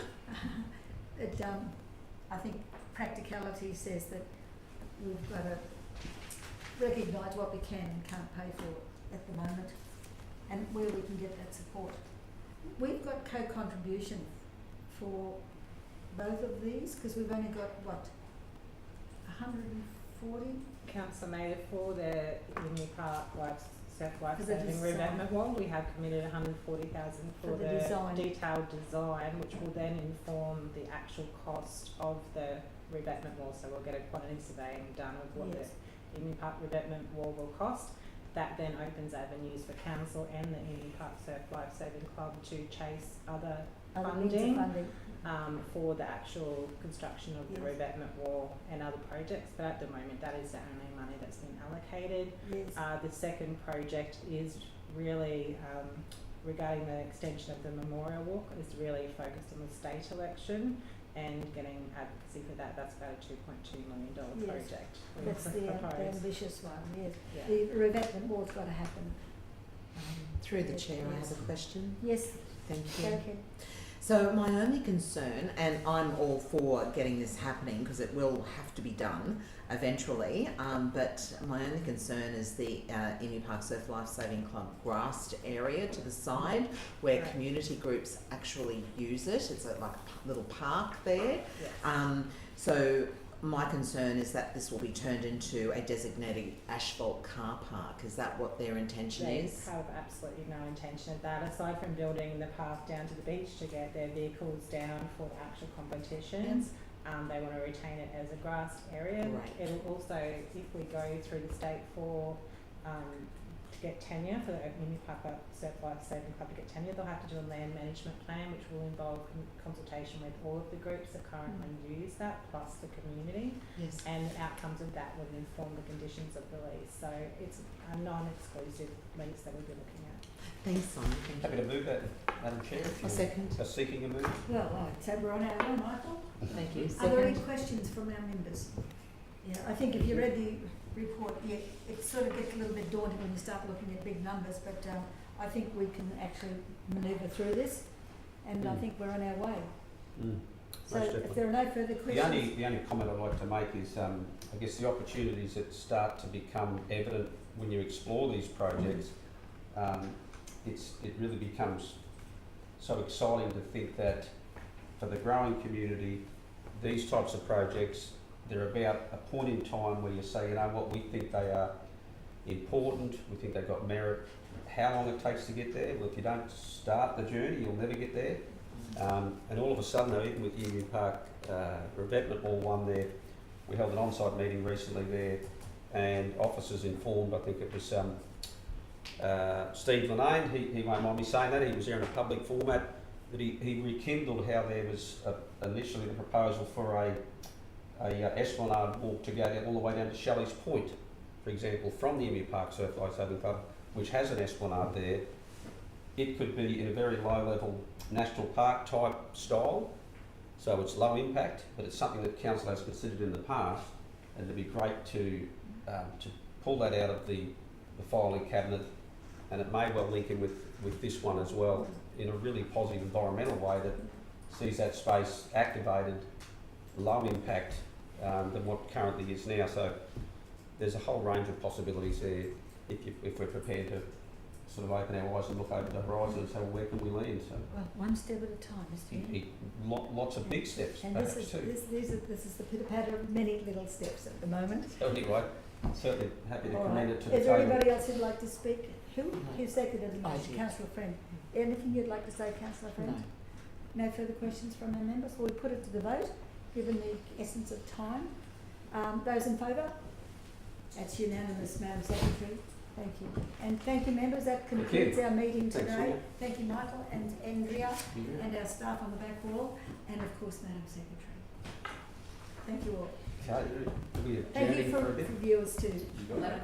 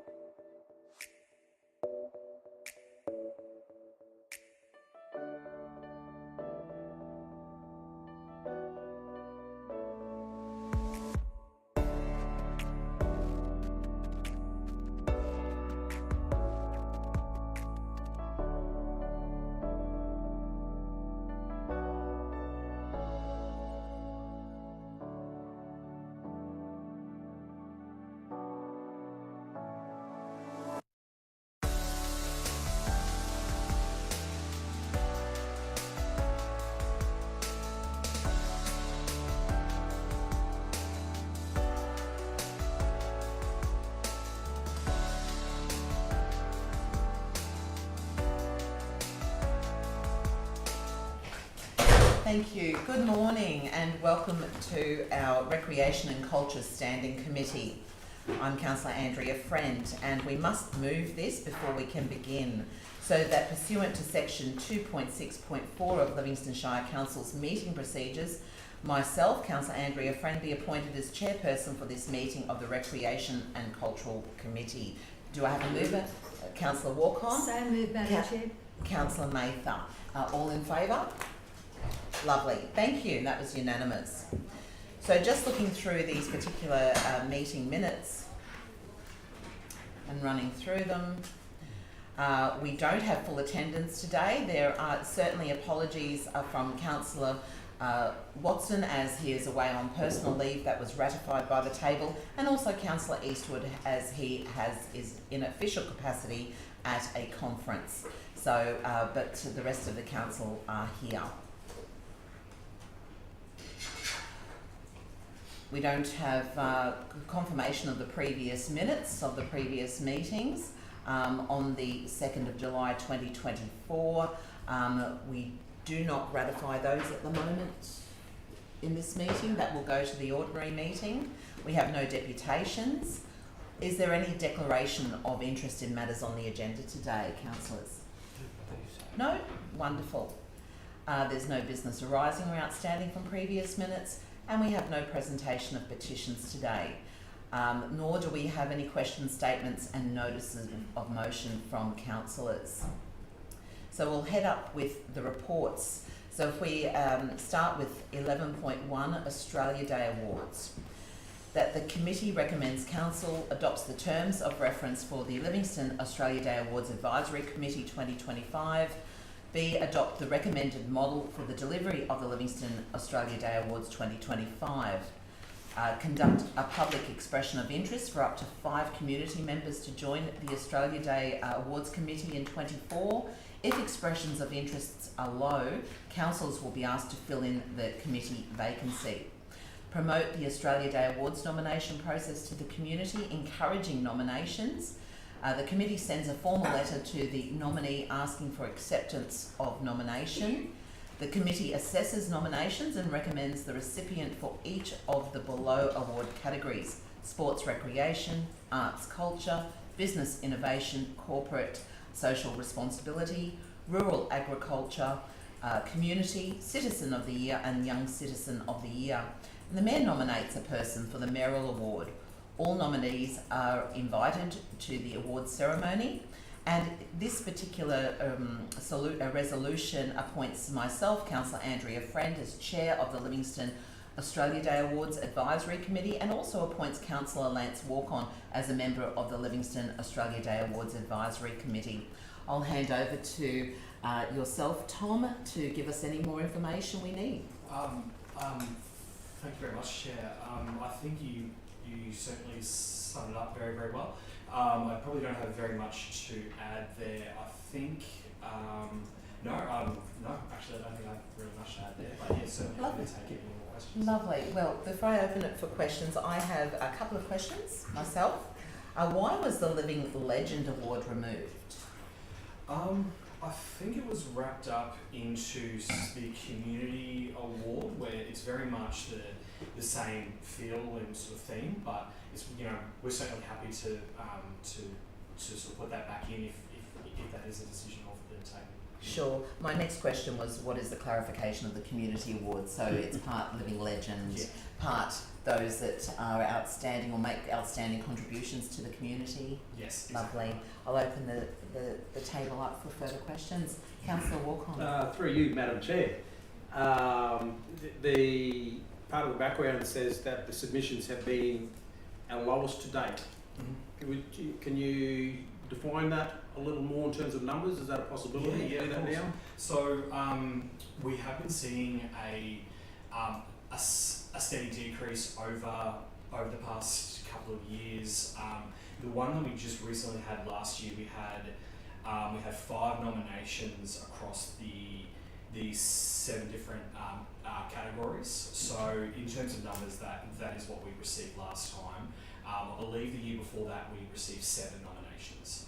So in terms of what we have put forward here is where we are encouraging councillors to also put forward their own nominations as well. So if there is a shortfall within nominations from the Livingstone Shire community, that sort of shortfall could be made up by councillors with their own nominations, given their intrinsic connection to the local community too. So we're also proposing to start the application process earlier as well. Typically over earlier years we've left it open for a while, or we've opened it for roughly 4 to 6 weeks, and we do want to extend that out further to allow further time. Mm-hmm. And is there, do we have a budget around, this is at $3,000, is it? Yeah, that is how much we did spend last year. So that was roughly the sort of figure that we spent for radio and press ads. So that was advertising within CQ Today, as well as radio advertising through ARN and Kiss FM, or through Hit through Hit FM. Yeah. So we've got so just to sum that up, we spent $3,000 in 2023 for 5 nominations. Yes. And probably maybe the same, $3,000, 2022 for 7 nominations. I'm not too sure how much was spent though that sort of previous year, but I'll probably say it'd be around the exact same. So it is, but also might mention as well, it is, we have been in discussions with other our colleagues at other local councils too, to see whether it was, just a decreasing level of return for us as well as them. And the anecdotal feedback we've received from other councils is that they are also receiving less than optimal level numbers of applications. Other councils are doing that as well, Yeah. right, in the same boat. Yes. Mm-hmm. Are there further questions? No. Can I have a mover for this? Councillor Mather? A seconder? I'll second it. Oh, sorry, Councillor Rothery will second that. Did you wish to speak to it? No, I'm happy with that. Thank you, Madam Chair. Thank you, Councillor Rothery. No, I'm fine. Thank you. Well, we'll just take this to the vote. Yeah, Oh, yes, Mr Mayor. I'm strongly supportive of trying to work out the best formula to have successful Australia Days, and we can give this a go and see what learnings come from it. Don't know whether maybe the categories, there's quite a lot of categories, so in some ways aspirationally it's good, but it may be creating a harder task by virtue of the number of categories.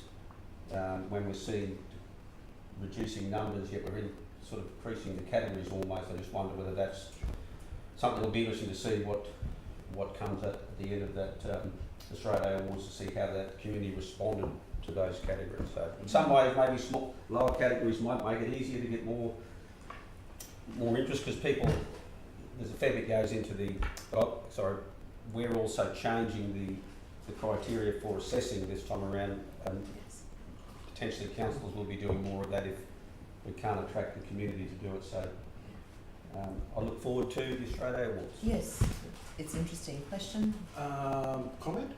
Can we do comment? Yes, of course you can. Okay, thank you, Chair. Just, I did have a look at the council down in Victoria and see what they're doing with the Australia Day Awards, and they do just an awards ceremony rather than the Australia Day Awards, and it's got me thinking maybe probably on the same as the Mayor to revisit the way that we do this, the Australia Day Awards, because of its decline, whether it's something that we nominate these people, they nominate these organisations, and turn up to these organisations and celebrate them at their workplace. Maybe these types of things. But I think it's certainly that we've got to look at, considering that, the $3,000 with not a lot of return Yes. on that is definitely worth considering. I think it's good to actually give this a go in this particular year, and then make changes certainly in the following years, depending on the input of the community and also councillors as a whole. So, yeah, so shall we take this to the vote? Are those in favour? That's unanimous. Thank you so much. 11.2, Barmye Multisports Precinct Concept Plan Review. The officer's recommendation is that the committee recommends to council that the Barmye Multisports Precinct Concept Plan 2024 is endorsed.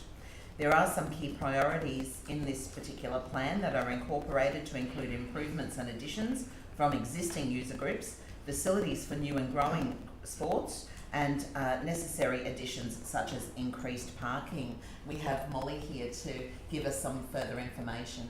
Excuse me, Madam Chair, could you excuse me for 1 minute? Yes. Just 1 minute, thank Of you. course. Good morning, everyone.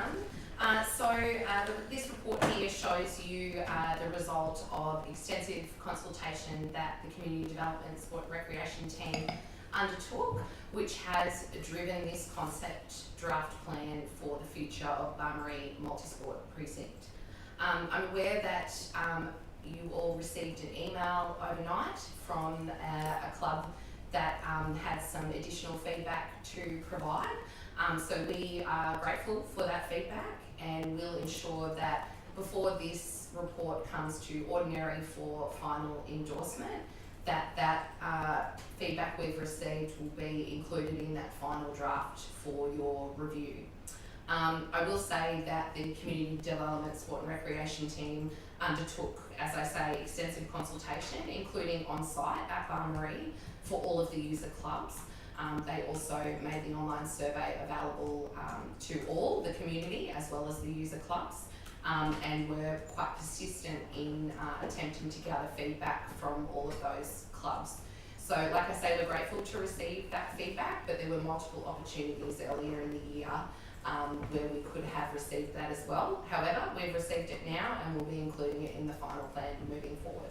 So I have a question before I open it to everyone else. Thanks, Molly. Speaking of that particular email that Mayor and councillors received overnight, will that feedback and the incorporation of their suggestions be made for the ordinary meeting? Yes. If this is then sent to the ordinary meeting? That's the intent, yes. Lovely. Just one more question. In this report it states that 62 responses to the surveys were received, including 18 community responses as well as 44 responses from current users of the facility.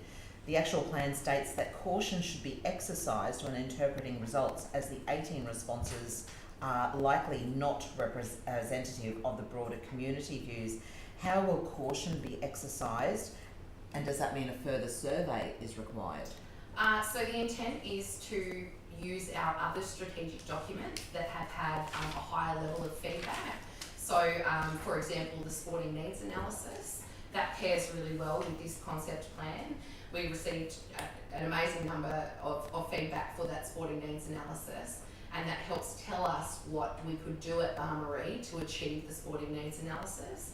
And that's the sporting needs had a all of community response to the survey. So that combined with the particular user response of Barmye alongside those other community members that participated gives us good data in terms of what's going to be successful at Barmye and what's going to be used well, and then also the budget steps for that to occur. So similar to the caves matter you were discussing in an earlier committee, we did wide-reaching engagement, online, offline, hard copy, being on site at games, being at Barmye on a Saturday, talking to everyone who was there. So we feel as if we put a lot of effort into how we were consulting, but they're the results that we received. Thank you. Does anyone else have any questions? My Mr. question Mayor? just relates to perhaps some of the clubs, like your local rugby union club, the Crocs there, the Swans. Is this plan, is it going to collaborate with them in a way that if it's not forcing them to move? No. If there's nothing in there that sort of, No. from a planning perspective or a change of support from council for those clubs currently being where they are? No. They do. No. Yep. We are encouraging those clubs to think about the future Yep. and whether their current sites will accommodate their plans. Yep. And we are at the same time planning on Barmarie when they, if they want to move, will have like for like. Because at the moment it's hard to say to a club, it would be better for you over here when it's just a bunch of dirt with nothing. Whereas if we can get Barmarie to a status where it has available facilities, that would be more of an enticement for those clubs to come. But it's certainly not an instruction, it's not a demand, it hasn't impacted on any current lease agreements or any of that. And you know, some clubs are interested and open to that future plan, others have said that's not part of their future plan, and that's okay too. So it hasn't impacted existing arrangements at all. And is the narrative in there respectful of that? Like, is that captured in there that we support and respect clubs who have their... Well, it doesn't go into that detail because it's specific about what could Barmarie look like. Yep. Rather than we are doing it because of that reason. But the intent is for Barmarie to be a multi-sport precinct. Yep. And Yep. for all of community. So we will build that whether a club is moving there or not. Yep. So yeah, it's not addressed specifically that way, but we certainly have shared, and all lease agreements are up to date, gives them the exclusive use. We're continually working with those clubs to help them access grants for new facilities. So yes, I would hope that reading the report doesn't give you that impression, but we'd be happy to amend things if required. Yeah, okay. That would be awesome. And I'm sort of trying to go to the report to see whether there's elements within that have that narrative about them, or if there's indeed not, whether there could be something further added, or if it doesn't need it, that's okay. And I'm happy to speak to the motion as to why I think it's so. When you're ready. Yeah, I'd be happy to move it. I believe a lot of the wording is if rather than when. So if rugby union chose to move to Barmarie, Right. Yep. it could look like this. Yep. If the Swans chose to move to Barmarie, it Yep. could look like this. Whether they do or not, it's still recommended that rugby union fields and AFL fields are included due to our growing population anyway. Excellent. Yes, Councillor Walker. Through the chair, just a question. The master plan, has there been any consultation with the current groups of what they may need at these grounds? Yes. Yep. Yes. Yeah, so that's all included in there. So each of the licence holders, so the regular clubs that use it on a daily to weekly basis, had specific engagement with them about what they saw the future of their club looking like and what would make Barmarie better for them. Thank you. Lovely. Any further questions? Terrific. So what we're doing today is we're voting for this to go through to the ordinary meeting. I suppose my question is just to clarify, Molly, that the changes that the Mayor would like will be included for the next ordinary meeting's agenda. Alongside the feedback we received overnight. Lovely. Thank you. All right then. So And if I could just speak yes, briefly please to it. speak. Perhaps to help inform, I guess, where I'm coming from in relation to ensure we're collaborating with the current clubs in their current locations that I believe that I'd like to support them staying there as long as they feel that's in the best interest of their club, whether that be the Swans or the cricket or the rugby union. And I guess part of that is because there's different models. There's pick them all up and put them under one multi-sports, that's a potential, or you have them sort of dogged in around your communities, which is probably the older model that I certainly grew up with, where we'd go from your Poon primary school, and for those kids who didn't have the parental support and the nurturing to be able to get you there, kids could walk there, everybody turned up there and you were even, you were just part of the Swannies. My only concern is further out of these, if it's condensed into one area, it becomes logistically more difficult. And interestingly, Peter Volandis, who's the chairman of the NRL, I think it is, and also chairing of the racing committee, in New South Wales. I listened to a podcast of him recently. He's a strong advocate for, and it may upset some town planners who like to condense things in one area, but he's a strong advocate for the tribal nature of keeping clubs attached to a particular area. And he believes he doesn't care if he has an NRL game at a ground where there's 7,000 people turn up, but if that's full, they can have just as much atmosphere, just as much passion as a half-empty stadium that might have 50,000 people. That's his attitude towards it. It really connected with me in a way that we have that scenario here.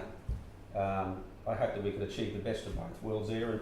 And it is a challenger, but it'd be great to see it reflected in it. That's just my personal feelings towards it. Lovely. I think we can achieve both of those things, retaining what we have, and especially as they're very successful, but then also creating new opportunities.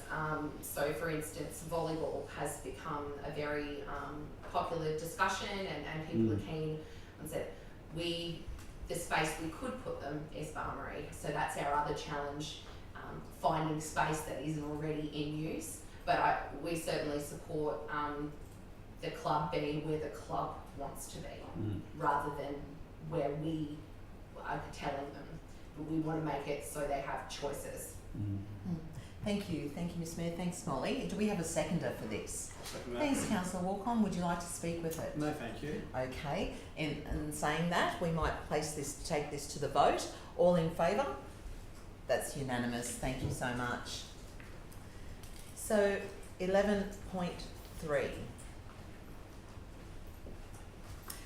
The officer's recommendation for 11.3 is that the committee exercises its delegation under section 257C of the Local Government Act 2009 and resolves to endorse the attendance of Councillor Andrea Friend, myself, at the 2024 Australian Local Government Women's Association Queensland Branch State Conference in Brisbane on the 26th to the 27th of August 2024.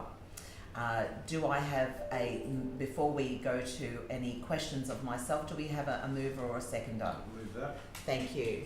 Is there? Thank you. Councillor Walcon's moving, Councillor Rothery seconding it. Thank you, councillors. I'll speak to this to begin with because I did request to go. As I understand, I have no pre-organised speech, but as I understand, our particular Livingstone Shire Council did not attend the Australian Local Government Conference this year in Canberra. And attending these conferences is so important, as Councillor Eastwood is now undertaking our Coastal Councils Conference up in Townsville.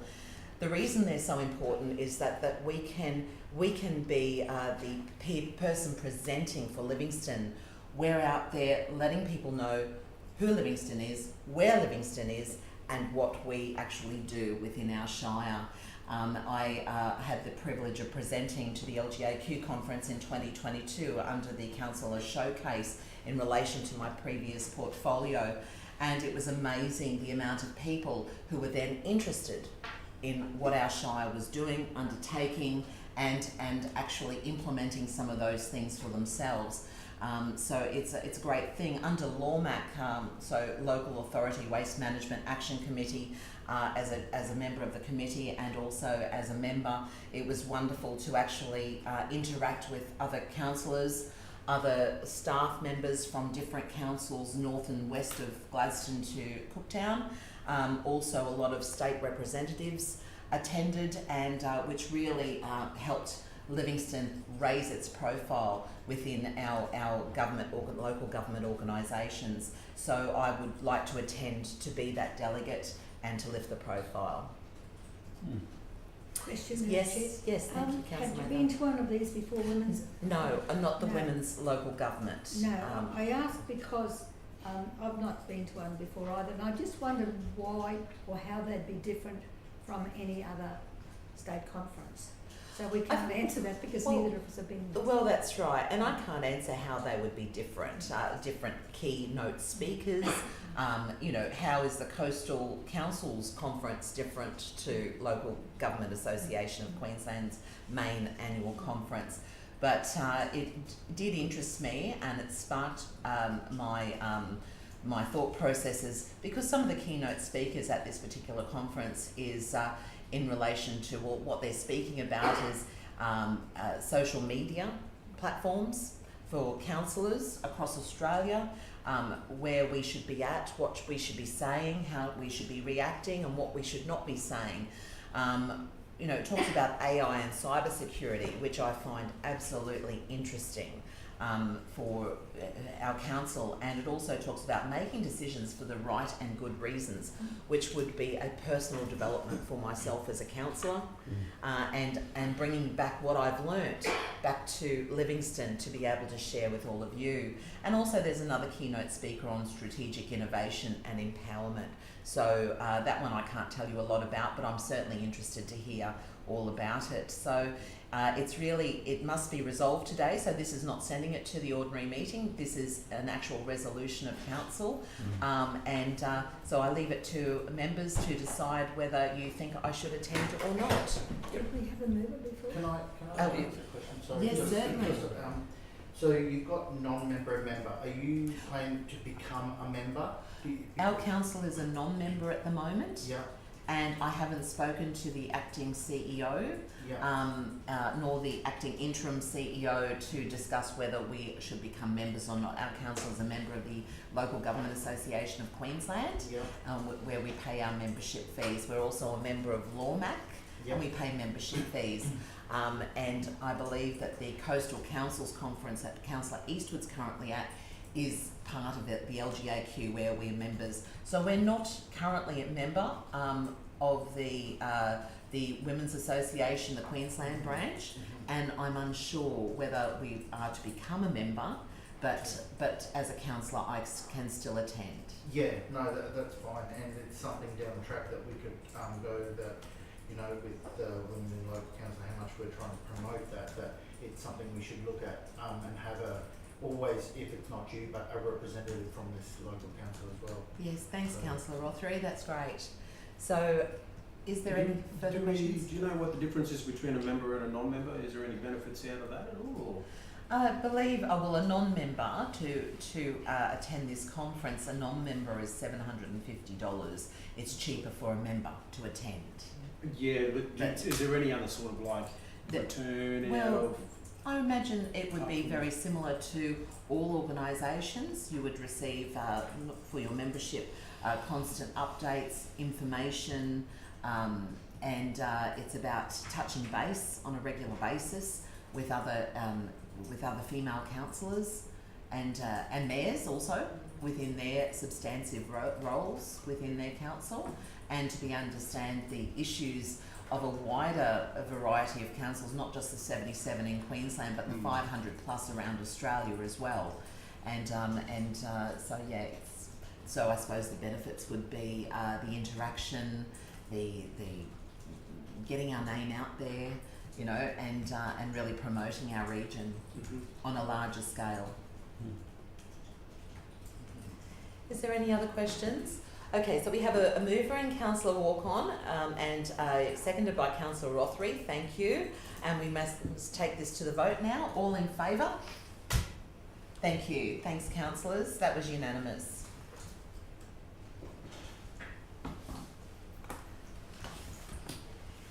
I'll just find the next one. I thank you for your patience. 11.4. Thank you. 11.4. Domestic and Family Violence Prevention Council membership and Yeppoon Women's Refuge Foundation Limited request for support. So the officer's recommendation is that the committee recommends to council, so this will go to the council ordinary meeting, that 1, council joins the Local Government and Family Violence Prevention Champions Network and nominates Councillor Walk-on and myself, Councillor Friend, the Manager of Community and Cultural Services and the Community Centre Social Worker as Council's Champion Network representatives. And 2, Council recognises the need for a domestic and family violence refuge in Livingstone Shire and supports the actions being taken by the Yeppoon Women's Refuge Foundation Limited. I'll hand over to Molly to fill us in on more detail. Thank you, Councillor Friend. There's 2 sort of separate requests for support here. One that speaks more to the state initiative of domestic and family violence prevention, and then one that speaks to a local response. So you may recall that earlier in June, the Queensland State Government's Domestic and Family Violence Prevention Council came and met with you and provided information around statistics and the current scenario and how they're looking to achieve better prevention.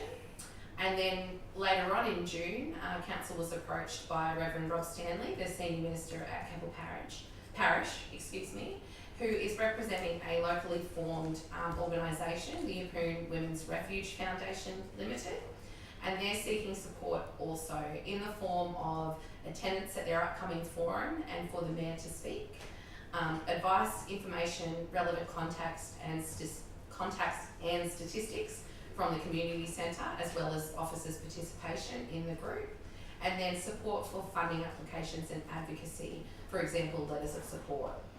If the foundation requests additional support from Council, a further report will come to the table for that determination. So this report is asking for Council to join the State Champions Network, which will give us access to resources, advice, promotion, especially by the community centre in terms of on-the-ground workers. They can access support networks throughout that network. And the second thing that it's asking for is for Council to give its support to the Yeppoon Women's Refuge Foundation Limited as they work towards creating a women's refuge in Livingstone. Happy to take any questions. Lovely. Are there any questions of the table for Molly? No, we've taken the report as read. I'm happy to move this. Do I have a seconder? I'll second that. Thank you, Councillor Walcon. And this is under our particular portfolio of culture and recreation. I would just say to those watching this particular standing committee to have a look on our website at the agenda. All the information is in there, and it's really great information in relation to domestic violence and the steps that are being taken to try to alleviate this within our community and every community within Queensland. So if there's no more to do, we might take this to the vote. And those in favour? Lovely, unanimous. Thank you very much, councillors. 11.5 is a policy review, and I'm just finding it. Here we go. It's a policy review in relation to our media policy. So I might hand over to Tom to talk about that. Thank you very much, Councillor and Chair. Largely the media policy, the recommended changes to the media policy, they remain largely the exact same as the previous policy that has been adopted by Council. There's no proposed changes to the way that Mayor, Council or councillors go about conducting public relations. The changes that we've put in are essentially small admin changes to reflect the new standing committee structure and to reflect the restructured teams within Council. So references to marketing and comms now refer to comms and events and the engagement team. So smaller changes like that. So. Thank you. So Tom, it's just administration changes, as you just said, and in particular replacing portfolio with standing committees, etc. Yes, exactly. Do I have a mover for this one? Yeah, I'm happy. Thank you, Councillor Rothery. Seconder? I'll second that. Thanks, Councillor Walcon. Are there any further questions to Tom? No questions? Okay, so the recommendation is that the committee recommends Council adopt the revised media policy. So this is also going to the Council meeting, the ordinary Council meeting. So let's take it to the vote. All in favour? Let's go to the vote. Let's go to the vote. That's unanimous. Thank you so much, councillors. 11.6 on our agenda today is once again very similar. Any moment it will pop up on my agenda here. So this is a policy review also for arts and cultural policy, and once again the recommendation is very similar, that the committee recommends Council adopt the revised arts and cultural policy. Over to you, Tom. Yes. Thank you very much, Chair. It very much remains the exact same as before. We did undertake targeted community engagement in May earlier this year with our arts and cultural stakeholders. The feedback that returned indicated the policy statement within still remains very much relevant. We have undergone some draft changes to the arts and culture strategy, which will come to council later on in September for formal adoption. So, yeah. Lovely. I have one little question, but it's more of an administrative type of question. I've noticed that the CEO has been replaced with Cale Dendel, who has now left our organisation. Will this need to be updated again once a permanent CEO replacement has been found? Yes, thank you very much for the question. Yes, it certainly will. Okay. Yes, thank you. So through the chair, what would normally happen is it would be whoever the acting or the interim CEO is at the time, their name would go on the policy document, and then it's just updated when those policy documents are reviewed through the table. So the main thing is that it's adopted by council. It's just a minor thing, unless council makes a blanket decision to update all of the policy documents, and we just deal with that administratively. But the normal process has always been that information is updated when they come back to the table. Thank you so much. Are there any further questions of Tom? No? Do I have a mover? Councillor Walk-on and second Councillor Mathers. Sorry, Mr Mayor, you're a little bit slow on the uptake there. My apologies. You've just won bronze. I'll go with bronze. Okay. Does anyone wish to speak to this? No? Let's take it to the vote. All in favour? Once again, unanimous. Thank you so much. Which brings us to our last item on this agenda. And councillors, this is how it's done, nice and quick and fast. I'm just being a little... Look at you. We have fun, Madam Chair. 11.7, Communities Portfolio Management Report. The officer's recommendation is that the Communities Portfolio Management Report for Economy and Places, Community and Cultural Services and Open Spaces and Facilities business units for the period of the 1st of April to the 24 to the 30th of June 24 be received. So therefore I'm taking that as just a quick question to the acting interim CEO. Are we actually resolving this today, or is it to go to the council ordinary meeting? So unless the exception is applied, this one will flow through to the council meeting. Okay, thank you so much. So I will hand over to Acting General Manager. Thank you, Sonia. Thank you, Councillor Friend. So the Communities Portfolio Report for the 3 business units mentioned, as you said, covers from April to 30th of June. I just wanted to point out a couple of things that I think were really important. One was during Beef in May, we hosted a couple of fantastic events down at the beach that were showcasing. One was the Beef on the Reef, which showcased all our amazing produce that we have here in a great menu. That was really well attended, and we had speakers from around the region discussing how great it is to live here and how fantastic our local producers are. And then we had the Beach Beats and Beach event down at the beachfront, which was also very well attended. We had Denver singing there along with a lot of other artists. Probably the other thing I wanted to also mention is the amount of interaction that we had with our online Get Involved media over the April to May. We went basically from 3,800 in January to March through to 7,224 Get Involved visits. So it's showing that I suppose our reach and our engagement is growing. Understanding that there was probably a lot more engagements over that time, but Get Involved is now becoming a lot more utilised by our public, I suppose. Libraries also, they hosted 90 events, 727 attendees over that quarter, which is fantastic. And probably something to note as well is that members in our community are doing it hard. The community centre visits went up by 1,200, so October to December to April, June, we had 1,200 extra visits during that time. So I just wanted to mention that as well. And I'm happy to take questions. If I can't answer them, we have Okay. Thank you so much. And I will open up to questions. I'll move that. Thank you. Do I have a seconder beforehand? Yeah, I'll second it too. Thanks, Councillor I Mather. just have a question to Sonia, thank you. Sonia, it's been said to me, and I don't know how much truth is in it, did we have a stand or a promotional area within the Beef Week itself?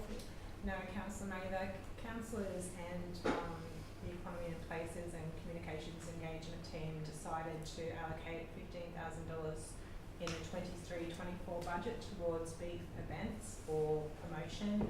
A stand at beef at a minimum cost $20,000. So we decided to instead spend the money to bring visitors to our region here, which is why we hosted the two events that I mentioned previously that are covered in the I can understand that, and I don't know how many facilities would be able to spend $20,000 just to be there. And it also offers a time as well, and it's overtime, Yes. so they've got to be manned for that whole period. And trust me, I did it in 2017, and it's a big effort. Yes, I can understand that. So it's sort of disappointing, isn't it? It would have been nice to have somebody there, but for that sort of price, I'd make the same decision, for sure. Is there any further questions in relation to this report for Sonia? Yes, Councillor Just Walker. one. Do these reports come out every 3 months? Do they?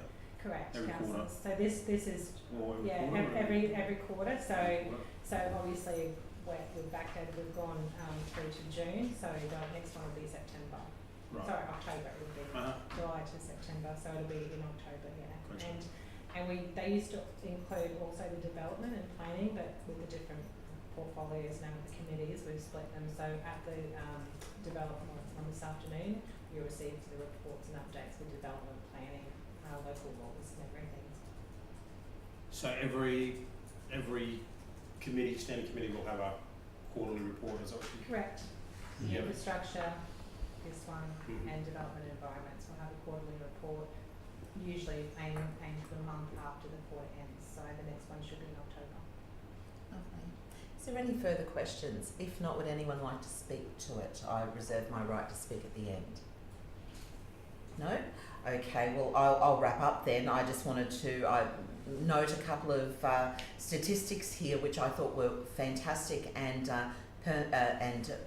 for our Recreation and Culture Standing Committee. So libraries had 70,000 visitations, and all of these statistics are from October 23 to June 24.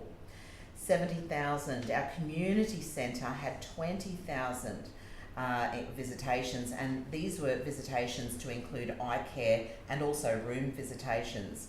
Our Strengthening Family Connections are a counselling arm, and they had almost 4,000 interactions with people within this time. Our Facilities Department had 1,800 requests within this time, and if not most, if not all, were closed. Parks and Mowing had almost 400 requests within this time. So well done to all of the staff at Livingstone Shire Council and every department for helping prop up and maintain our vibrant and livable community. So we'll take this to the vote, councillors. All in favour of receiving? Thank you. Once again, unanimous. And just before we bring this committee meeting to a close, we look at there's no Audit, Risk and Improvement Committee reports. Is there any urgent business or questions from councillors in relation to this particular standing committee? Just an observation, Madam Chair, that we really don't have to go out and meet the people beforehand. Within this committee? Within this committee. Oh, that's because we're the A-team. Councillor Walcon and myself. We've already done that part. Wonderful. Well, thank you everyone for watching this particular committee, and we'll see you again in 2 weeks for the ordinary meeting. Thank you.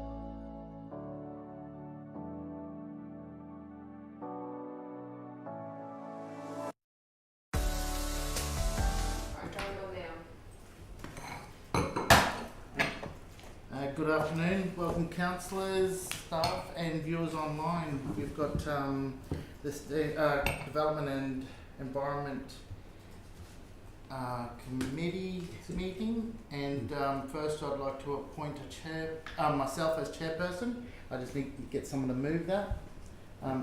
Mayor Bello, and someone to second that. Councillor Mather. With, pardon? We're going to vote? Good. Oh yes, sorry. We're Councillor all in Rodriguez. favour. You need to let us know how we can just appoint you. Mm. So by reading that. Oh, which one? The minutes of the The pursuant.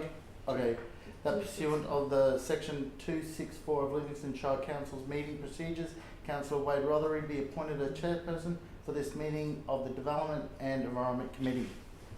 All in favour? That's unanimous. Thank you very much.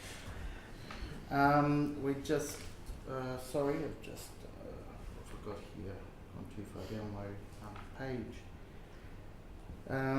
First off, we've got a couple of people away. We've got Councillor Eastwood, who's currently up at Coastal Council Conference up north, and apology for Councillor Watson as well, who's on personal leave.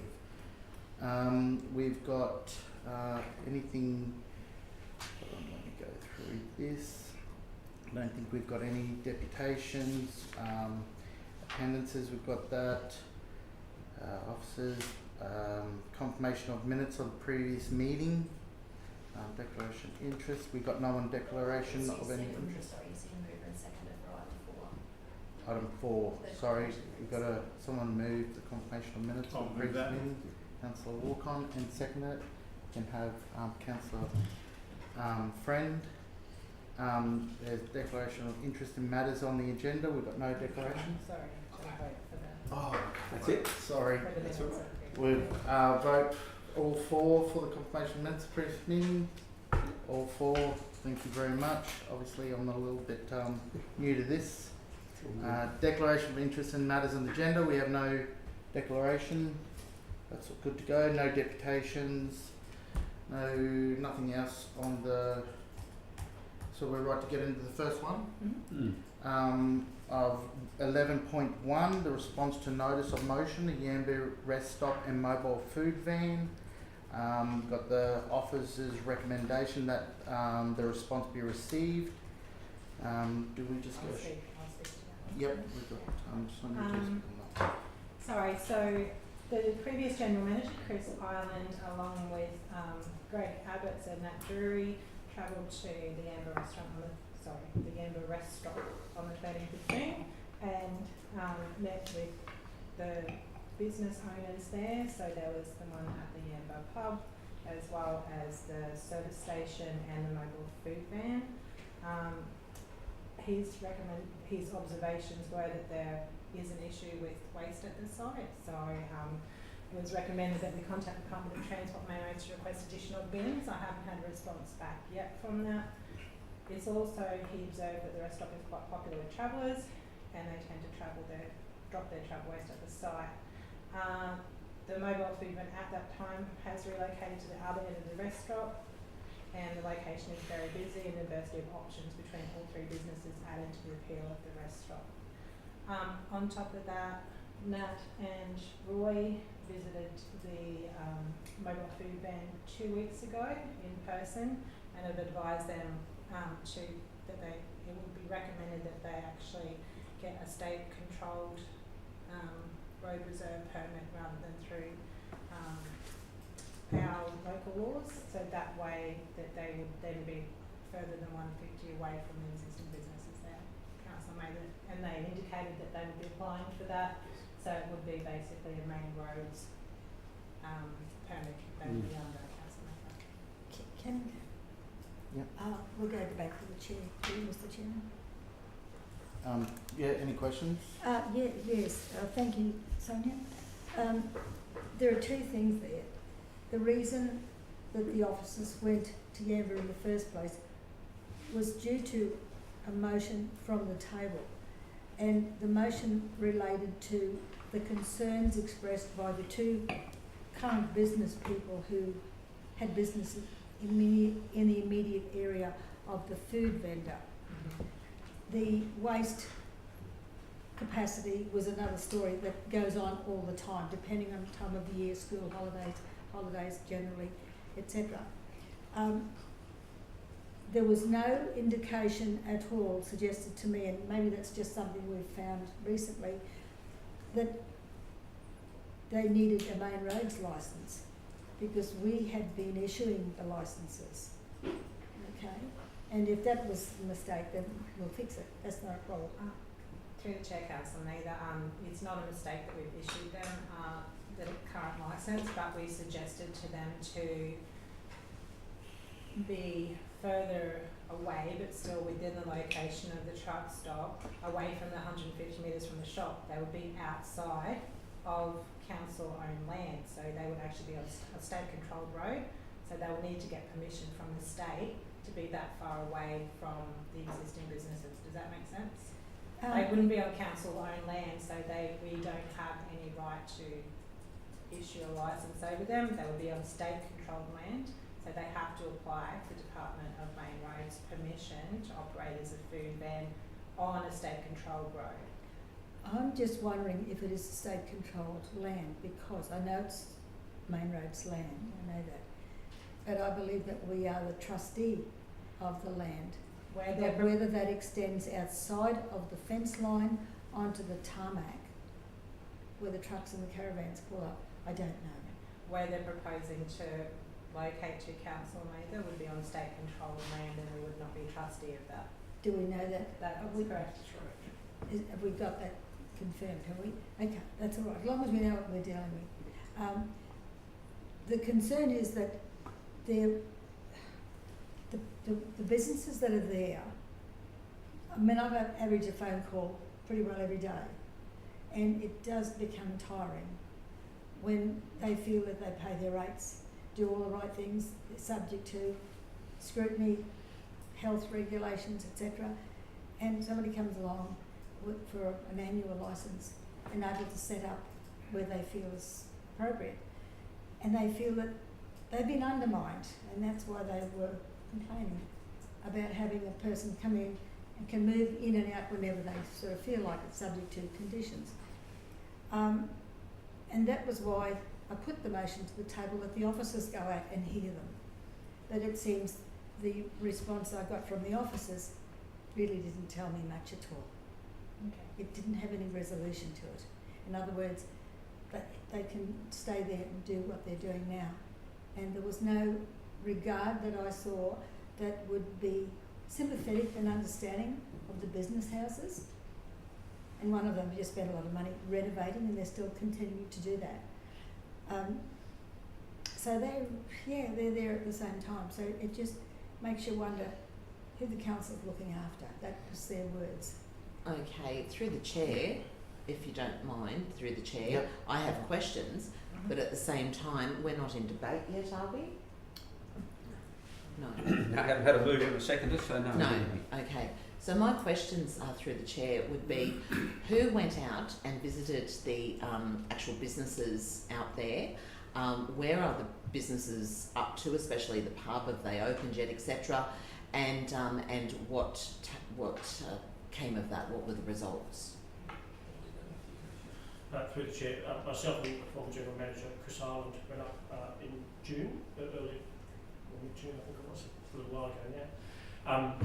And we met with all three business owners. So that's the pub, the service station, as well as the people who own the mobile food van. The mobile food van was a fair distance away from both venues, down towards the end of that the set-down area, I guess. We went and had a chat to the owners of the pub. At that stage, they had just opened, I think probably about a week. I think about State of Origin time, so I think that was their soft opening night from memory. They didn't express any major concerns is probably the best way of putting it. They understood that they were down there upgrading. We then went across to the service station, where we spoke to the owner of the service station. She obviously had some concerns about where they were operating. We then went and had a chat to the people in the mobile food van, they were operating from what appeared to be within the requirements of their food licence at the time. So, in terms of the rubbish that was on the side of the road, Councillor, most of that was actually beer bottles and stubbies and roadside rubbish from people overnight camping. That's what most of it was. So we have put an order in for an extra bin to TMR. We'll take that question on notice and find out where it is. Thank you.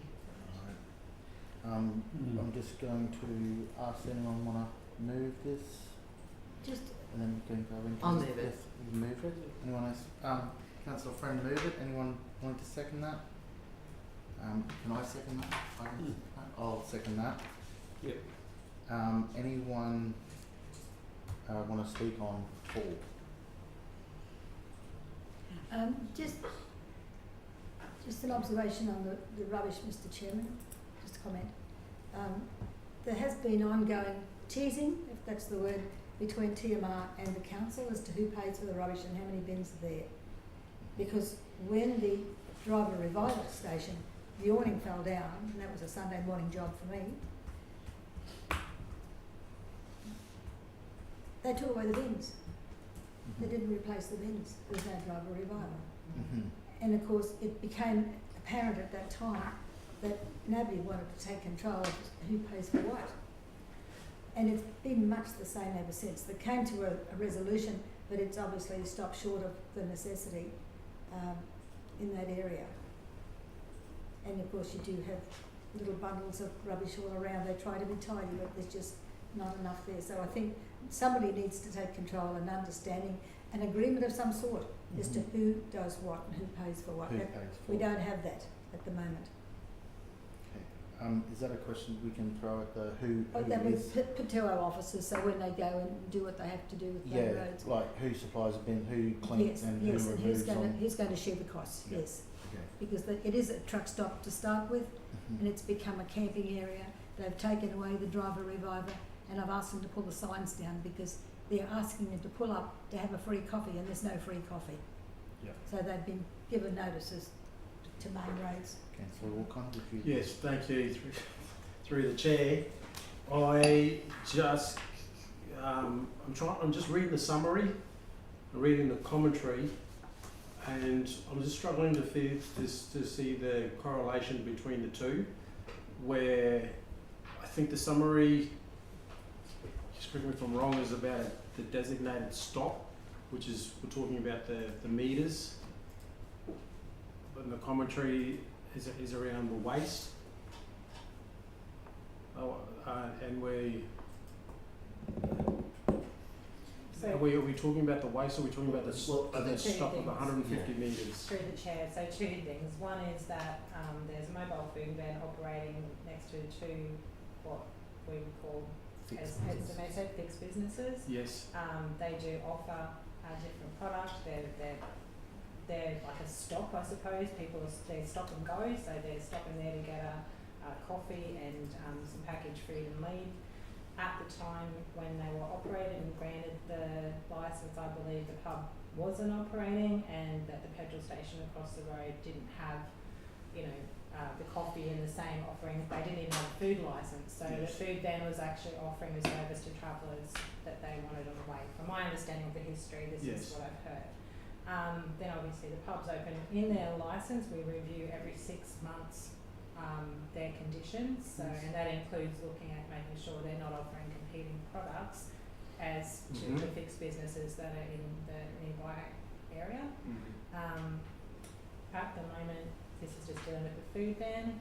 They have indicated that they're going to move outside of council's road reserve, which is where they have the permit, and onto a state control area, which means they will be applying to DTMR for a food van licence, which will then stop council's permitting process. They will then go through the state, so they'll be on a state controlled road.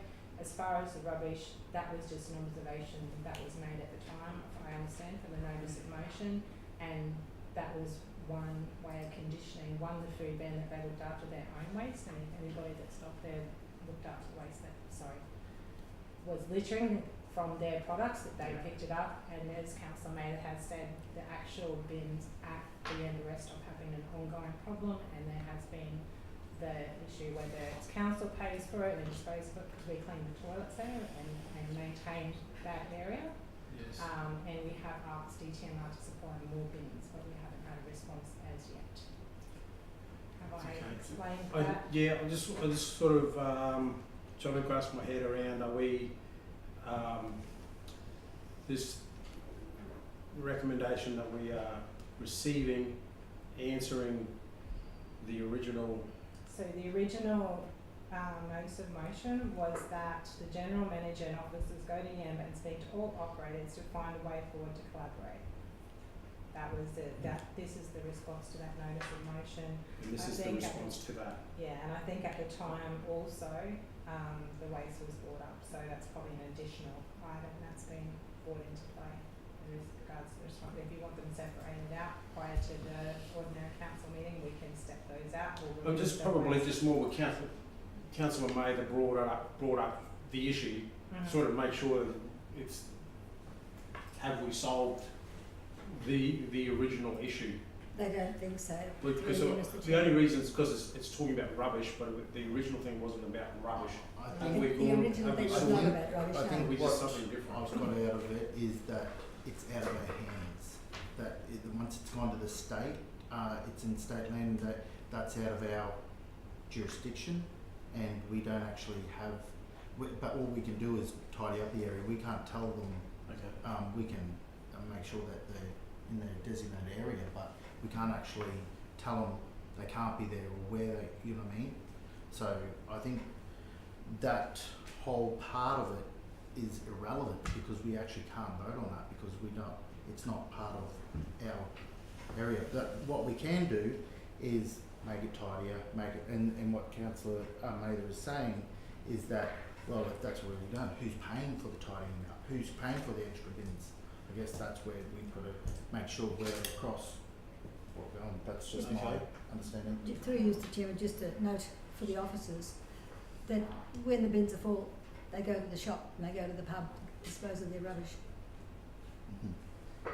And of course, that's another reason that triggers them as well. Mhm. Through you, Ted, just to confirm, they still currently do have a permit permit with with council at this point in time. Is there any reason why, through you, Mr. Chairman, that we can't tell the TMR when we're talking to them? Do we talk to them? They Because will now- come back to council to check to ensure that the requirements, the council approves the state controlled road requirements and the food licence there. We would stick to what we have said all along, that mobile food van has to be 150 metres away, located 150 metres away from existing businesses. That's part of all of our permits for food vans. Well, just one more last thing. But the question was asked at this table when it was initially brought up. Would this be allowed in Yeppoon if this request were made? And the answer by somebody, I don't know who, no. It's 150 metres, even if it was in Yeppoon. If it was in Emu Park, Yeppoon, and there was existing business offering similar food or services, then they would still have to be located 150 metres away. It's the same in all of our permits. So just to keep going with this, so obviously the conclusion, conditions will be imposed upon the mobile van operators to ensure they have a bin located within proximity or attached to their van emptied at the end of each day. Council officers will contact the Department of Transport and Main Road to request additional bins at site.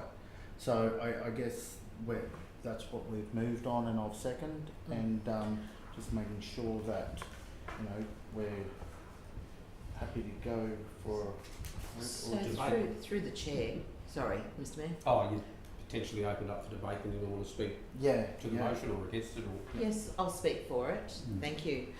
Today, all we're doing is we're receiving this report from the officers pertaining to the previous resolution. As the Acting General Manager has stated, that officers had attended all three businesses in the vicinity and spoke with all of them. From what I can understand, the mobile food van has been complying with the 150 metres under the conditions of the council licence. That the pub that has recently opened, and I really hope they do very, very well. have a different offering of food for those that want to stop. And what I can also gather is that the shop in the vicinity does not have a food licence. And in taking that into consideration, we're receiving this report, and I thank the officers for their time in travelling to Yamba.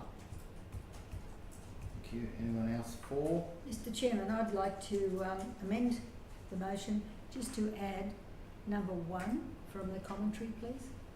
It doesn't negate the intent of the motion. Just says officers contact the department to request additional bins at the site. That's the whole intent.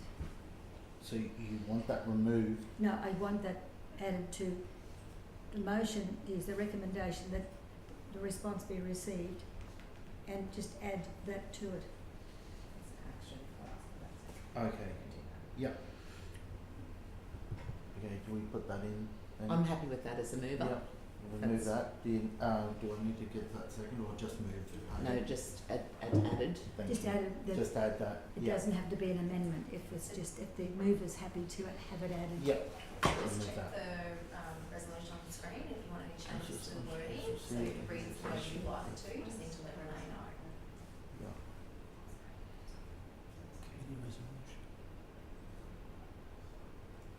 Maybe just remove Yeah, the one, because there is no other actions, so. Potentially end notes. Yeah. And it's recommended. Do you put at the just and No, the it's cost? Who? No. You don't need to worry You about can that. discuss that when you Okay. talk to them. Yep. That wording to make it a little bit more fluent. You're right, Renee. And it's recommended that, yes, move that up. That was good. Okay. Okay. I don't think you've heard the last of it from the locals, because the pub is operating lunches as well. Yep. So, what do we do now? Is that just We The vote. vote? I'm happy to just say a couple of words about Yes. it. Thank you. Just picking up on Councillor Walkon's concerns that we are actually addressing the core issue, and I am speaking in support of receiving the reports that attempted to, or followed on from officers engaging with the operators out there. We recognise that some of them have got different opinions on this, and that's totally respect their position. It sounds to me like at the conclusion of this permit that we currently have provided to the mobile vendor that they will be choosing to, or certainly able to, apply to the Department of Main Roads for their approval, and then it would become their responsibility to assess the application and be respectful of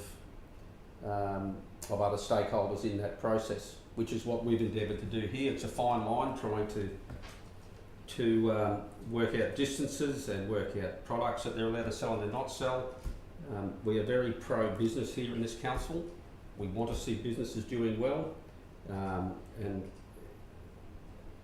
we're conscious of trying to get the formulas right, which is not always easy to do. And so we'll continue to work with our businesses as we move forward in trying to refine these policies that are fair and reasonable and sensitive to the needs of all those involved. So I'm happy to support that. Thank you. Okay, so anyone want to speak against? No? We're right to go to a vote. All for? It's unanimous. Thank you. Okay, we'll go to next one, 11.2, backflow prevention devices and on-site sewage systems. We're right to go to you, Greg, straight away. Thank you, Linda, for joining us. Thank you, Chair and Councillors. This is probably, I hope, a bit of a good news story in innovation and moving forward for our Shire. So currently we've got about 1,300 backflow prevention devices. Backflow prevention device assists ensuring that water doesn't get sucked back into the reticulated drainage system, and also roughly 1,550 on-site sewage systems. So that they are different from septic systems. So these are on-site treatment facilities. The backflow prevention devices need to be maintained once per year by a registered plumber, and the on-site sewage systems need to be maintained 4 times a year by a plumber. Under the Plumbing and Drainage Act, the plumber is required to provide to council the maintenance and testing records of those particular devices and send them into council. Council then needs to manually take that paperwork and update its records, put it into their record system, and then ensure compliance with those with the statutory requirements. So council's looking to move towards a system called QR2ID. I'll just press this little button up here. So QR2ID. That's actually in effect an automated system, and I'll get to that in a second, how it works. The intention is to roll it out on council-owned assets in the first instance to get that ball rolling, and then roll it out to the broader community. There's a number of councils and other organisations that currently use this particular product.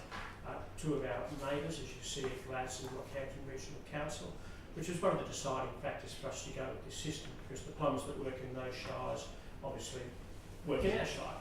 So it just makes it an easy system.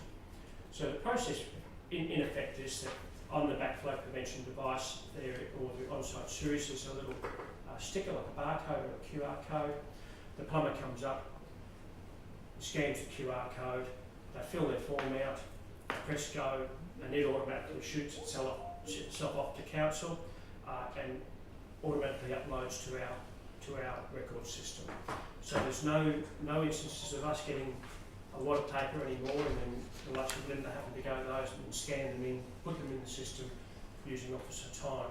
So I guess the advantage of that is that those officers can then use that time towards customer requests or development applications and so forth. And over time that will actually bring down the cost of those particular issues. Happy to take any questions. I have a question through the chair. Mr. Chairman, through you. 2 questions actually. Greg, first and foremost, for those that don't know Linda at this table, would you kindly introduce her to everyone? Yeah, sure. So this is Linda Bayliss. She's one of our team leaders for support services here at Lagoon Place. Does a fantastic job and has about 6 staff here managing the support services for a range of the departments internally in Lagoon Place. Yes. And I can concur that Linda does do a fantastic job. But moving forward, I have a question in relation to the proposed saving of the manual labour by staff is approximately $30,000 a year. What's the cost of implementing this system? My question. So the council has an annual registration fee of $200, and there is actually a sticker fee of around $15 for the backflow prevention device and about $10 for the on-site sewage. Well, I'll move this, Mr. Chairman. So what does that mean in English, Greg? Through you, Mr. So there's a cost saving to council and to people who have these devices. That's the bottom line. So money in the budget at the moment? And it's an automated system. Money in the budget at the moment? So currently we charge for the backflow prevention devices to be tested, the paperwork to come in. Yep. And currently we actually don't charge at all for the on-site sewage systems. So what this will in effect do is automate that process.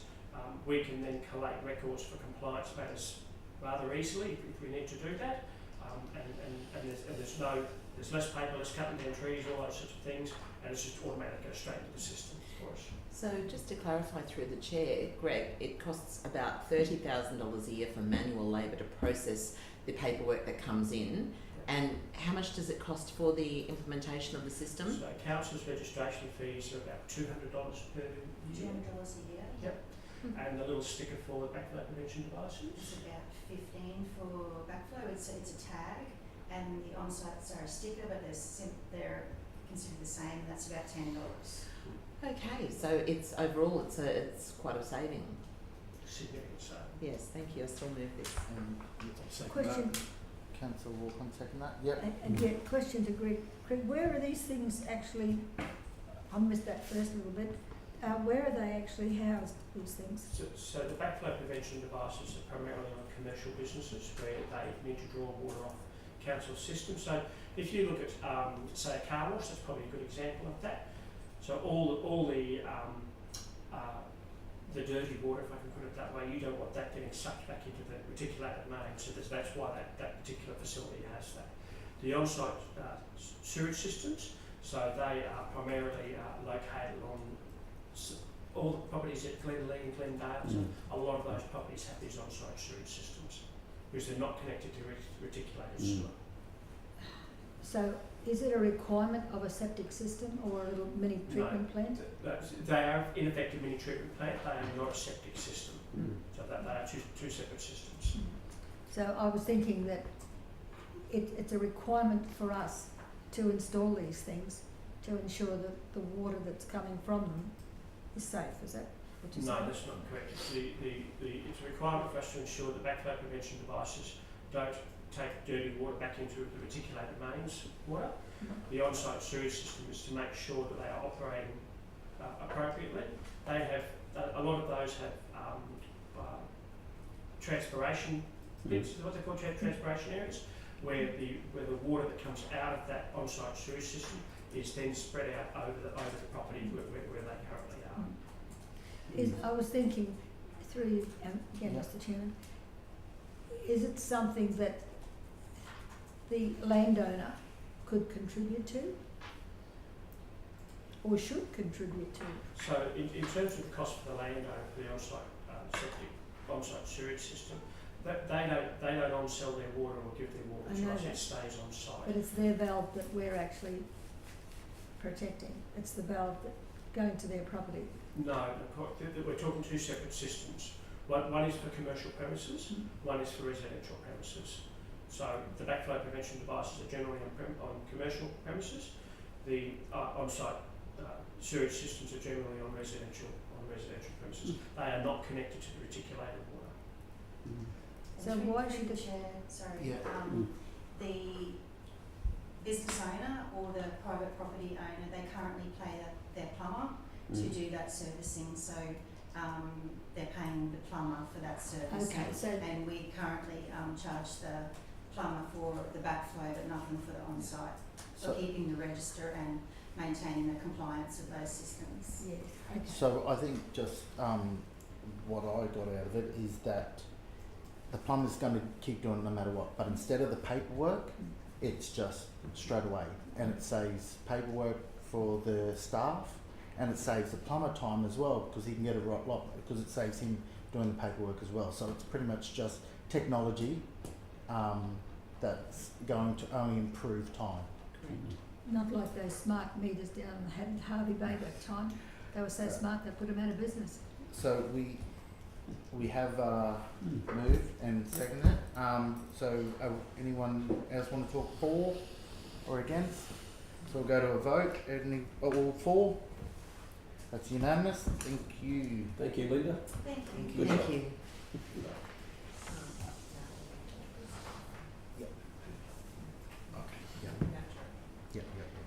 See. 11.3, we've got parking arrangements. We'll call Nat up to have a chat about that. Take it away. Thank you. Good afternoon, and through the chair. So yes, parking arrangements. It's come to that point in time when the 3G network is just about to shut down. So early next month, coming up quite quickly. The 3G network is currently connected to for all our regulated parking, so all our timed sensors that are in the ground, and all our paid parking and the meters associated around the lagoon area. This shutdown will affect all the sensors and the sensors talking to the meters and the sensors talking to our enforcement software.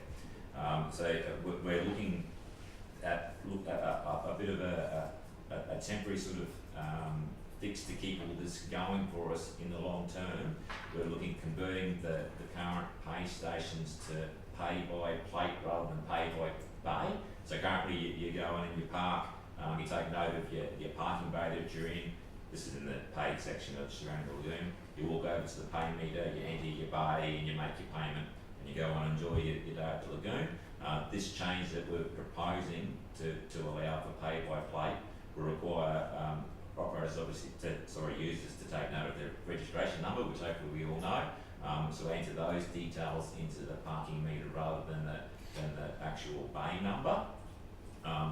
The implementation of changing this will essentially knock out in the short term the sensors that are in the timed and the paid areas that will go, but it will allow the paid parking to continue, as well as officers, rather than relying on the sensor data, will need to rely on chalking and the details that are provided from the meters. So it's sort of a bit of a summary moving forward, so we can continue. We are coming back to the table in September the 17th to do a sort of broader conversation around parking in general, which we'll talk about what we can do moving forward. But this is sort of something we do to keep it going, so up until we make a further decision down the track on what we do with look time and regulated parking. Yeah, I've just got one question before I throw it out. Just you guys saying we're going from moving away from 3G.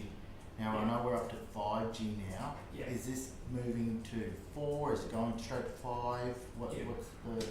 So we're sort of pushing the sensors aside for now until we have that conversation later on next month. Yeah. So we don't, with this movement, we don't need the sensors, and the meters are already converted to talk to 4G. So we're good to go with the meters. It's just a little bit of software change in the meters to allow this process to move forward. So there's no, this is just to say we're moving from 3G, not to actually where it's going.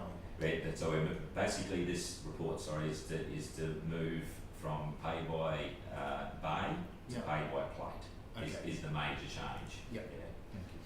And I didn't mention sort of budget in the report. I said that it was anticipated to be around that $5,000 mark or just below. We've got some final costs, and unfortunately they have come up a little bit higher than that. Yeah. Sort of probably up around the $9,000 to implement it all. But it's still quite good value for what we're receiving. Okay, 9,000. Yes. Any other? Yep, Councillor. Through the chair, when you said what we're receiving, is that, what do you mean by? Yeah, so it'll be an upgrade of all the current meters. We've got 3 meters and 1 in storage currently because of the redevelopment of the sailing club. So that'll allow software to be put into all those meters, as well as all the details will need to be changed on the side. So the instructions on the side of the units of how we pay. It also talks to other softwares, so that make sure all that can work, so the guys can continue their enforcement side of it as well. So the $9,000 investment is it likely to change after September after a brief? I would hope not, no. We would want to keep with that pay-by-plate technology, and it gives us that option to continue forward with the pay-by-plate, no matter which way we go with parking. Unless we completely change it, but that's not what we'll be recommending. Right, okay. It's not what you're recommending. But there is some likelihood, though, that the $9,000 could be spent and it could go in a different direction within a month. I wouldn't think we would, no. I wouldn't think No, you wouldn't think so? No, well, we have to completely wipe out everything we're doing with the parking. Okay. Yeah. Wipe everything and then as a restart the whole lot. Yeah. Okay, good to know. Thank you. Through the chair, how much do we anticipate in revenue for 24-25 approximately we've when been- they're shut down? We've been receiving around $100,000 per year from the paid parking alone. That's not including infringements, that's just the $2.50 for each park. So that's to continue this going. Yeah. Because the risk is that in September we've got no way to receive payments, it will completely shut if we don't implement this change. Alright, we're happy to... One question. Yep. Has this got anything to do with the United Nations? Is there any push from the United Nations? Just picking up on some of the members of our community that may be curious, is this the United Nations push to do with smart technology or? This is just a continuation of what we've already got. So obviously we've already got smart parking surrounding these areas. That's what the... So I'm not quite it's sure. not an issue of the Agenda 21 or the United Nations or... No, they're not. This is not part of 15-minute cities or... No. It's actually... That's encouraging. We've had it since 2017. Yep. It's a way to make revenue for council. Yeah, to great. pay for the lagoon ongoing costs of the lagoon as well, working towards that. Okay, anyone else happy to move? Councillor Mather, Councillor Mather, anyone second? I'll second it. Councillor Walcon. Anyone want to speak for or against? All good. So we'll put that to a vote. All for. That's unanimous. So that one's. Alright, and we'll keep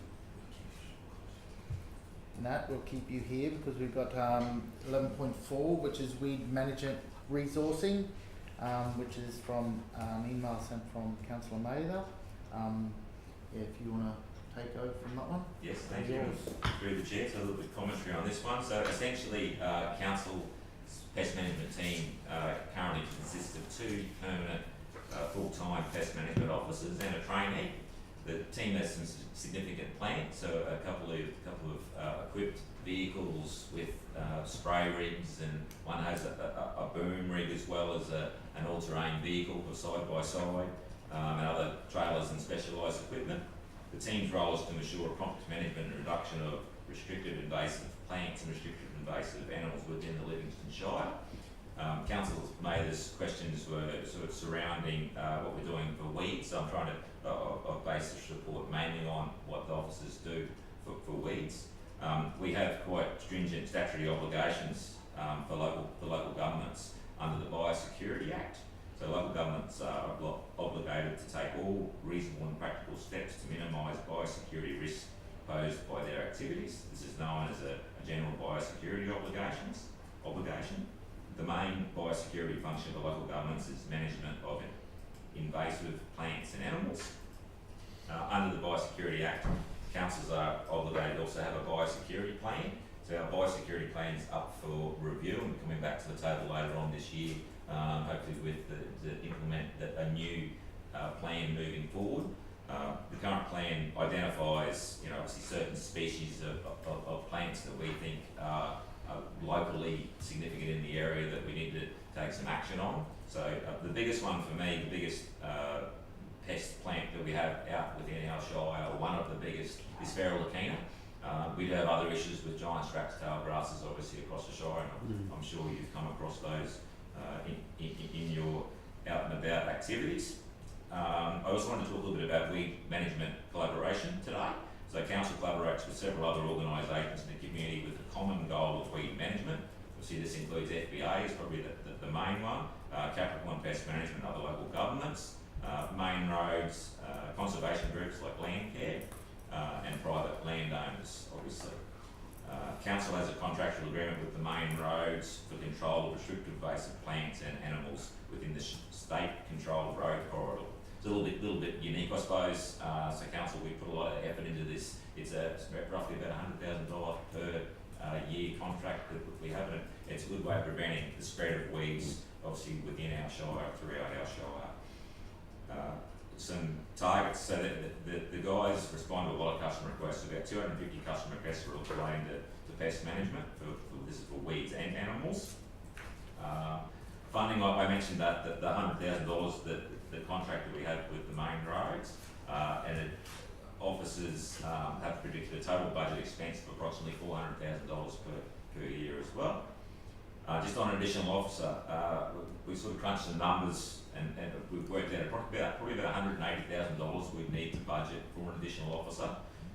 That would allow for one full-time officer, obviously that specialised vehicle and equipment. In conclusion, the pest management team will continue to manage pest weeds as required by statutory obligations under the Biosecurity Act and Council's Biosecurity Plan. Question through you, Mr. Chair. So the $180,000 is for that extra team member, but also for the vehicle and equipment that's needed. So that 180 would then reduce the following year just to be for wages, because we would have the equipment then. It would. There's obviously also on costs of the poisons that the guys are using out in the field as well. So it would be a one-off cost for a percentage of it, the vehicle and that's no, sorry, I'm not quite right there, because the way I budgeted it, the way I predicted that was an annual cost of what our plant cost. Sorry, I have to retract that. So if I could just clarify, Yeah. so there is no additional budget for new vehicles, so our fleet budget is only for replacement of our existing vehicles, and they are an expensive vehicle looking to buy because they do have to have a significant load that they need to carry. For these particular, we're replacing one very, very soon. So there would need to be an increase to the fleet capital budget in order to buy an additional vehicle suitable for the role. However, those funds are recovered through annual charges to the various business units. So that's the 180 that Nat has covered, but there is no budget provision for any additional vehicles to any fleet items in the organisation. Our budget's only for replacement of existing items this year. Certainly. Through the chair, and we don't have a mover and seconder yet. No, not yet. I've just got one more question before we go into that. Yeah. Yeah, you can say yours first. Oh, okay. Through the chair, we just maybe last week or the week before, a few of the councillors went out and a bit of a trip to the caves. Some of our primary producers went through the caves area after Millman, etc., and checked out those roads. And they brought up these concerns just about weeds. One of their solutions, maybe you can speak into whether it's possible or not to control weed, because one of the issues that they brought up was that when you go down the road, some of the invasive species are leaning over the roads, and the trucks are going through it and hitting it, etc. And one of their solutions to it was getting some of the rural fire brigade over to do some backburning along the side of the road. And they said that they would be more than willing to do this sort of work. As a training thing for what they do, they're all ready to go. Are you able to give some insights whether that's true or not, whether that's a possibility? Yeah, sorry, obviously we have done this in the past. I think in the caves area a couple of years ago, a number of different sections. I think the natural resource management team really drove this as well. We did a little bit of trial on a burn on Ferrell-Lakina in that area that was quite successful, and it's obviously a good way. But yeah, you have to be very careful of other fire risks associated. But obviously, if the rural fire brigade are there, and everyone can get together and work on it, yeah, that is a possibility that we can do it. It is a possibility. Oh, most definitely. Yeah, we've done it in the past. There's obviously risks associated with fire, as you know, but having the right people there. And especially when they've already got to do training anyway, and what better way to, when I say training, they're not learning how to do it, it's just keeping their skills up. Yeah. So that's one way to look at it. They're not just getting trained, they're actually just extending on their already trained personnel. And I just want to... There's road closures and things exactly. And this is what Councillor Walken was talking about, and we went out to these communities and spoke to the farmers, and they're all for it. So I'm pretty sure and it's very complicated because the costs of their product is not what it's affecting that to the cost of council. It has to be pretty much, you've got to get on the right path.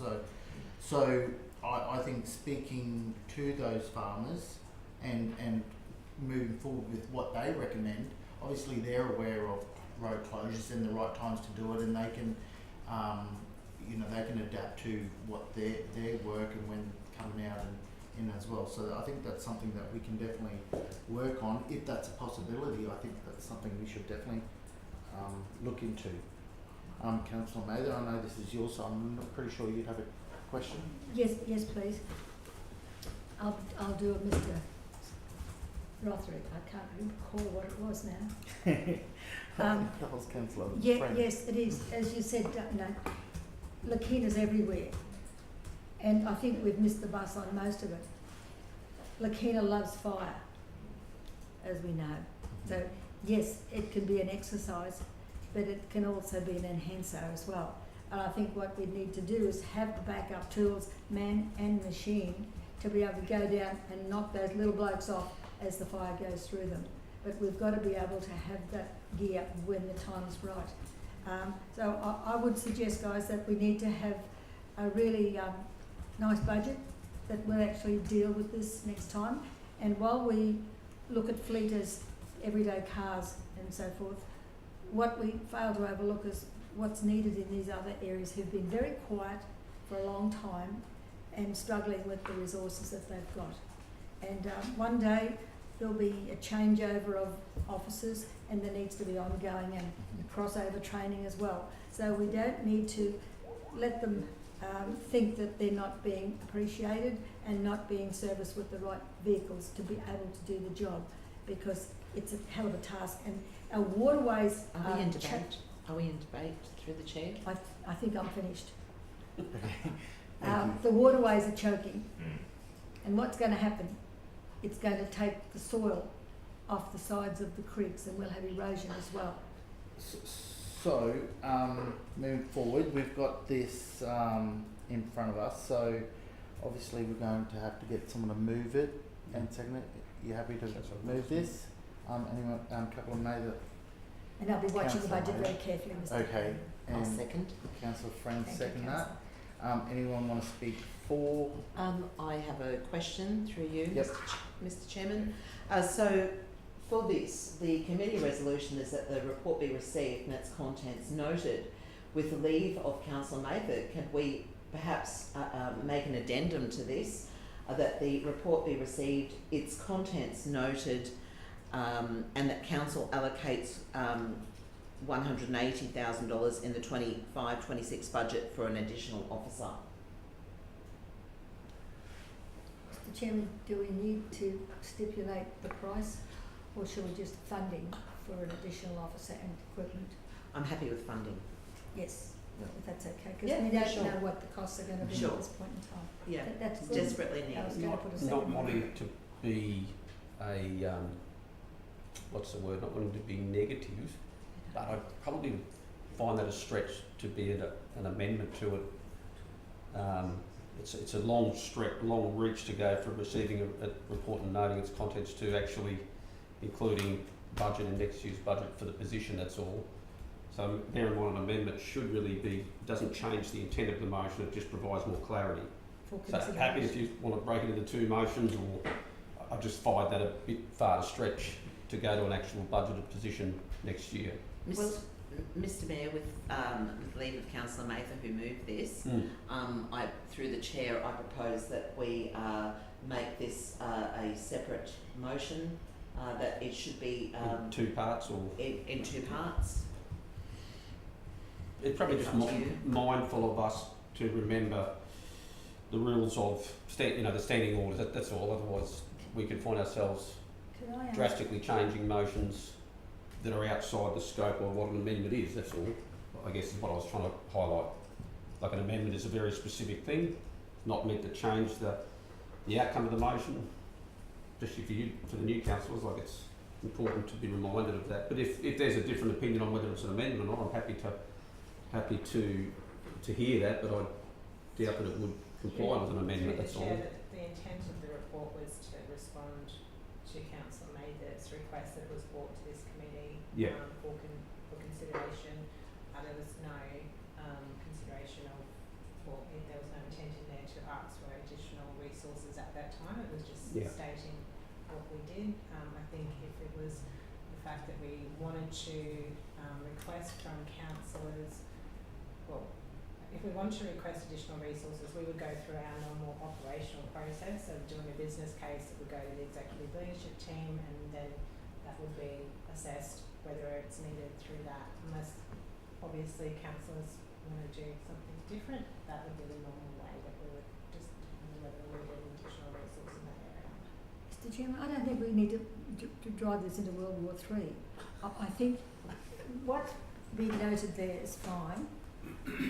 It could be added to it. It may not need to be an amendment. It could be a whole new motion. That consideration be given in the next 24-25 budget to assist the pest control to do the job, whatever the word is. Yeah, consideration be given in the 24-25 budget to address the identified Position.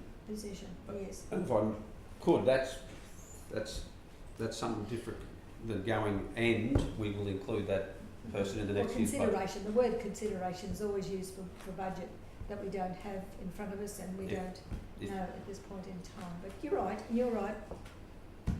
We just don't know the figure yet. Councillor May Anyways. just had 2 people are up. I'm not allowed to speak on that. I reckon you should be allowed to speak, Madam The CEO. motion is live though, normally would be speaking. Mm. There are lots of services and functions across council that will be looking for additional resources. Mm. Council has set an FTE cap, and part of the process of that the executive team do is we do consider all of the requests from the entire business to see what we can manage within the FTE cap.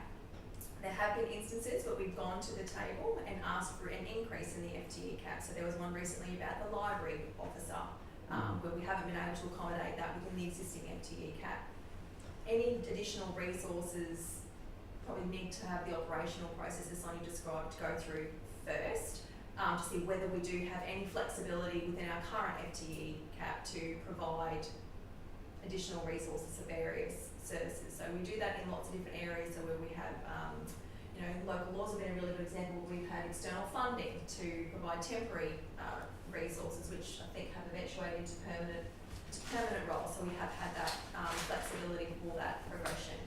I think now you are right in that making an amendment that is contrary to the officer recommendation about just receiving the contents. I probably would think that Nat and his team would be starting to prepare a business case for an additional resource if they were driving that. But it would be good just to let the organisation try to manage it within its current processes, especially if it is going to have a significant impact on the operating budget that we haven't sort of given a mandate to live and operate within our means, and our means was an adopted deficit. Well, that would go on any case. That would go on any matter we bring to the table. It would go through all those hoops. And if they need a half a person or a quarter of a person, we don't have any problem bringing in a plumber because their workload is increased. We don't have any problem putting somebody else in the library because the workload is, and we've got such a wonderful array of people out there. It's growing all the time. Well, we've got weeds that are growing out there all the time too, and we've got nobody overseeing them. And this is what I'm saying, if we have to think about all those things, that's what we do. Yeah, I guess if I could just add some context. So if there's the appetite to debate the merits of putting an additional person on, that's fine. And if the council choose to do it, that's the council. That happens at the time. But all I'm getting at is to include it in this motion as an amendment.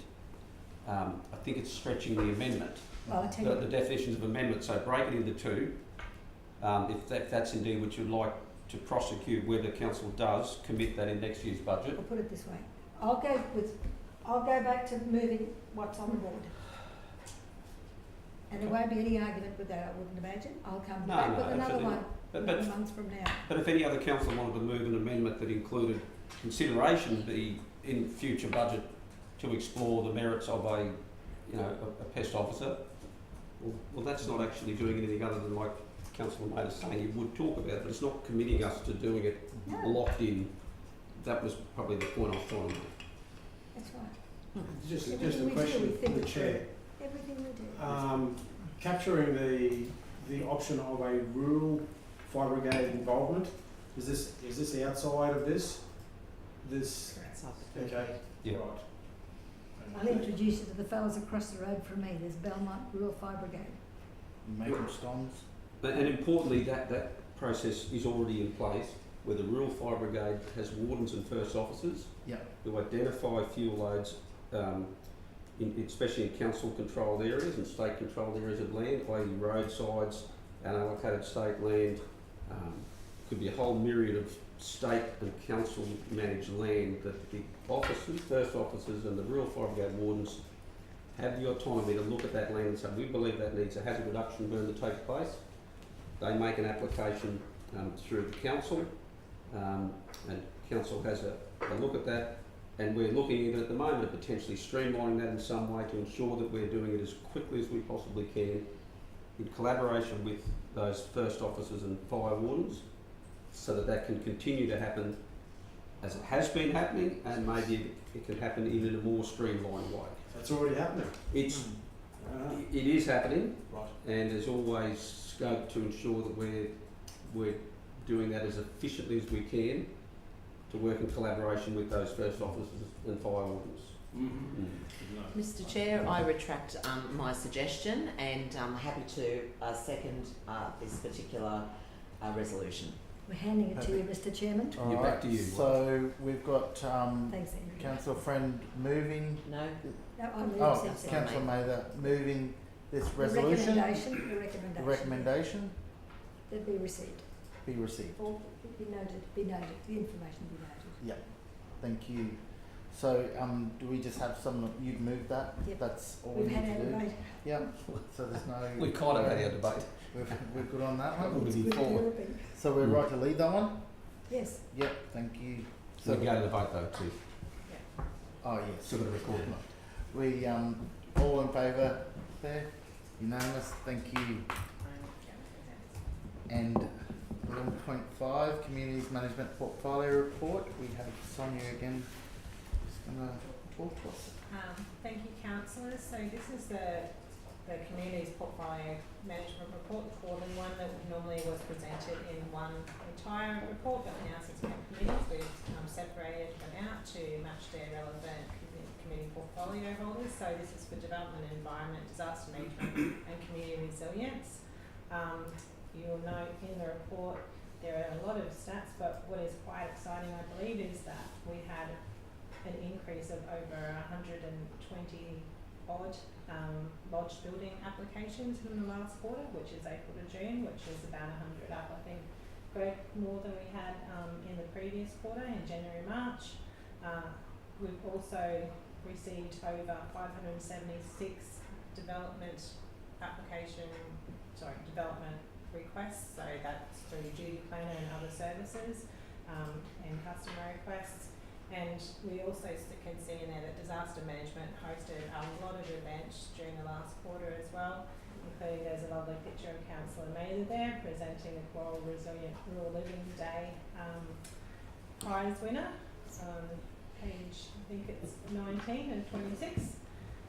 So yeah, it's been a very good month a very good quarter, and it's just asking that the report be received and open to taking any questions, but to be fair, it's probably the manager of development and environment that will be able to answer specific ones relevant to his portfolio more than me. So we're all good on that one. No questions. No, not a question, but just well, I'm happy to speak to the motion. Yep. When we get Yeah. into it. So we've got someone to move. Happy to move that. Yeah, and someone second that. Councillor Mather, just got it before you, mate. And anyone want to talk for? Oh look, Yeah. probably just making an observation. If you look in the local laws, sort of audit there, doesn't have a page, but it talks about the infringements that have occurred over the last, is it 2023 to 2024 and up to date now, and it would appear that there's been significant reduction in parking infringements, in beach driving infringements, goes from 90 to 78 to 34. Is that because of the time frame? Am I getting carried away? April to June, January to March, is that the same period? That's a quarter, isn't it? Is that right? Mm-hmm. So on those figures, it's well down on previous quarters, if I'm interpreting that correctly. That's correct, yes. Which I hope is an indication that we're improving our engagement with the community, so that most people who want to do the right thing are clear on what the rules are in order to do the right thing, which is a good sign. It's healthy, I guess, because we don't want to infringe people. That's not what this council's about. I'm sure not what previous councils are about at all. It's not a revenue raising exercise. We just want to have a law-abiding, harmonious community ultimately, and I guess the less infringements you get is a good indication that people are respectful of those laws, and that's good to see. Thank you. You want to say Somebody something? else want to speak? No. Yes, I've got a couple here, thank you. Environmental nuisances, it's a big jump there from October to December to January, 35 to 38. Is there anything in particular that sort of jumps out at us? Whereabouts it is? Page 17. It doesn't have a page number.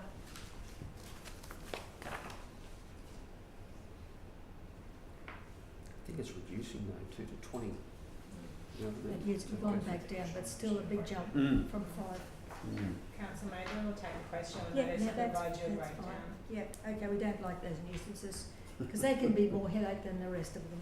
The other one too, animal control, it doesn't say, it doesn't give us a breakdown that we probably have a better picture of what's happening there.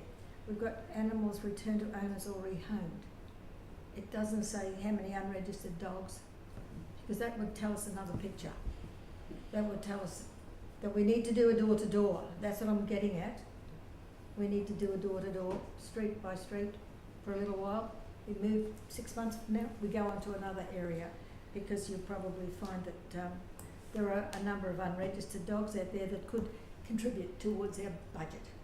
We can provide specific numbers around those Yeah, percentages. just break it down a little bit, because it really doesn't, it just says returned or rehomed. And now if they're returned, do we charge them for that? No. PR job, is it? Was it? Animals that were, if we find a dog on the street and it's got a rego on it, do we take it home to mum and say, look, If don't let him get out we can again? find the owner, we encourage people to have their animals microchipped. Yes. Because that's an instantaneous. So if you know where they belong, Mr. Jones or Mrs. Jones. you take them home. Or maybe normally they come pick them up. If we can find the owner, yes. Yes. So If we can't find the owner, then of course the animal is. Okay. So do they get a fine for having a dog at large? Do they get it? They Do do? they get a warning first, or is it one warning, or is it We'll give them a warning, but it depends on the circumstances, obviously. If the dog isn't registered, well, obviously that's a different matter altogether. Yes. If the dog is, I shouldn't say dog, but if the animal is a repeat offender, if I can use that as a term, obviously that's a different category. Yeah, well, There's everyone's a number of little bit circumstances different from for the that. one before. Yeah, I understand that. Yeah. But yeah, so we can have a little breakdown as to show what the real picture is, because I'm looking at, and I know in Rocky we did that and it paid dividends. And yes, it will mean allocating 2 personnel for a period of time. It could be a week here and a week there. From time to time, it does pay to actually have these, when they know, and it is advertised that this is going to happen, so people, suddenly there's a big rush into town to get your dog registered. So, and if they know that we're coming, usually they do the right thing at that time. So it does pay off to make them comply a little bit. Now, I understand that we had a big jump in registration fees for the desexed animals this year. So the registration fees for desexed. So if you look at those numbers, we actually reduced the registration fee for the puppies from 35 to 30 from memory. That's in line with the increase from 21 to 30 for the microchipped and desexed animal, and there was also an increase for animals which were microchipped and desexed and registered as well, obviously, as opposed to ones which were just simply registered and desexed but not microchipped. There is a requirement in the Animal Management Act to have your animal microchipped. Where animals are not microchipped, hence there's a higher fee that I just spoke about. It actually generally requires the staff to take that particular animal back to the pound, resulting in extra time, extra resources in order to find that animal to go home.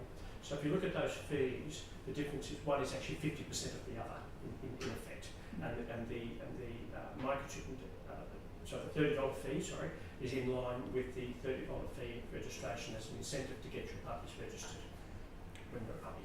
And just speaking what you're saying, the 30, how it's gone up, and it has from $18 to $30, but it was sitting at $18 for 5 years straight, so there was no increments going up. So I think again, you like you said, so that's where the 40, it seems a lot, 45%, but it's only $18 to $30 because for 5 years. 5 years doesn't faze me at all. No. It's not 4% like CPI. No, but it's like what you're saying is like $30. It's gone up to $30 to have a microchip and Yes. desexed per year per animal, which is in line with getting a new puppy and all that. Yeah, So it's yeah. just across the board. It's just comes, it's easy to go, if you know what I'm saying. Yes, and I think if we've got the right charge to create the right incentive, we're ahead. And I think we do that. Makes- $30 to have. Makes them Yep. get a fence or an enclosure, make sure that they've got Yeah. that, Oh, because exactly. there's a lot of And them. there are some animals that are Houdinis and they do get out, Yes. but you normally rectify it and they have a chance to rectify that once before they're charged a second time or In cow something. country, they've got a cowbell, and they Greg. Well, that's true. It annoyed me if my neighbour's dog had a cowbell on it, though. I can guarantee you that. Yes, I think we've got a little way to go there, but we're on the right Yes. track, I'm sure. Councillor Thank you. O'Connor. Thank you. Through the chair, could I just get some clarification around the pest management plants? So, for example, the giant rat's tail grass, is that 13 separate giant rat tail grasses? Is that how that's read? So Those that's are the customer areas. request. That's a customer request. Okay, good. Yeah. I was just doing the math. Not, and not, thinking not it's for 40 plants, no. saying that. So, Good okay. question. Yes, but good to know that there's a customer request. It's not that, our officers are very busy. That's in addition to our TMR obligations that we have as well. So they will treat those particular pest plants while they're doing the rounds. So Mm-hmm. Through you, Mr Chairman. Greg, do they pay us to do their roads? TMR, yes, they do. Yeah. Is it worthy? It would be ideal if we had an officer that was dedicated to just doing the TMR work, and then we had an officer, other officers dedicated to doing our work. Yes. Is it every Any way to renegotiate something that would allow us to do even a half a man from time to time? TMR are fairly Tight. strict when it comes to what their requirements are. So Yeah. Okay, thank you. We've tried. Alright, we got someone to, any more questions? We're happy to move, someone to move that? We've moved. Yeah. We've Oh, we've already done that. Yep. Alright, we've spoken for and against, yep. Yes, both. Alright, we'll go to a vote, all in favour? Yes, unanimous, thank you. And we'll get a close, the next report's going into a closed session. Move that home. Yep, so we'll move that. Councillor Walker move it and Councillor Friend second that. Okay, we're right to go into a closed session? Yep. Okay. We're voting on it. Oh, we're voting on it first. Yes. Okay, all four, yes, unanimous, thank you.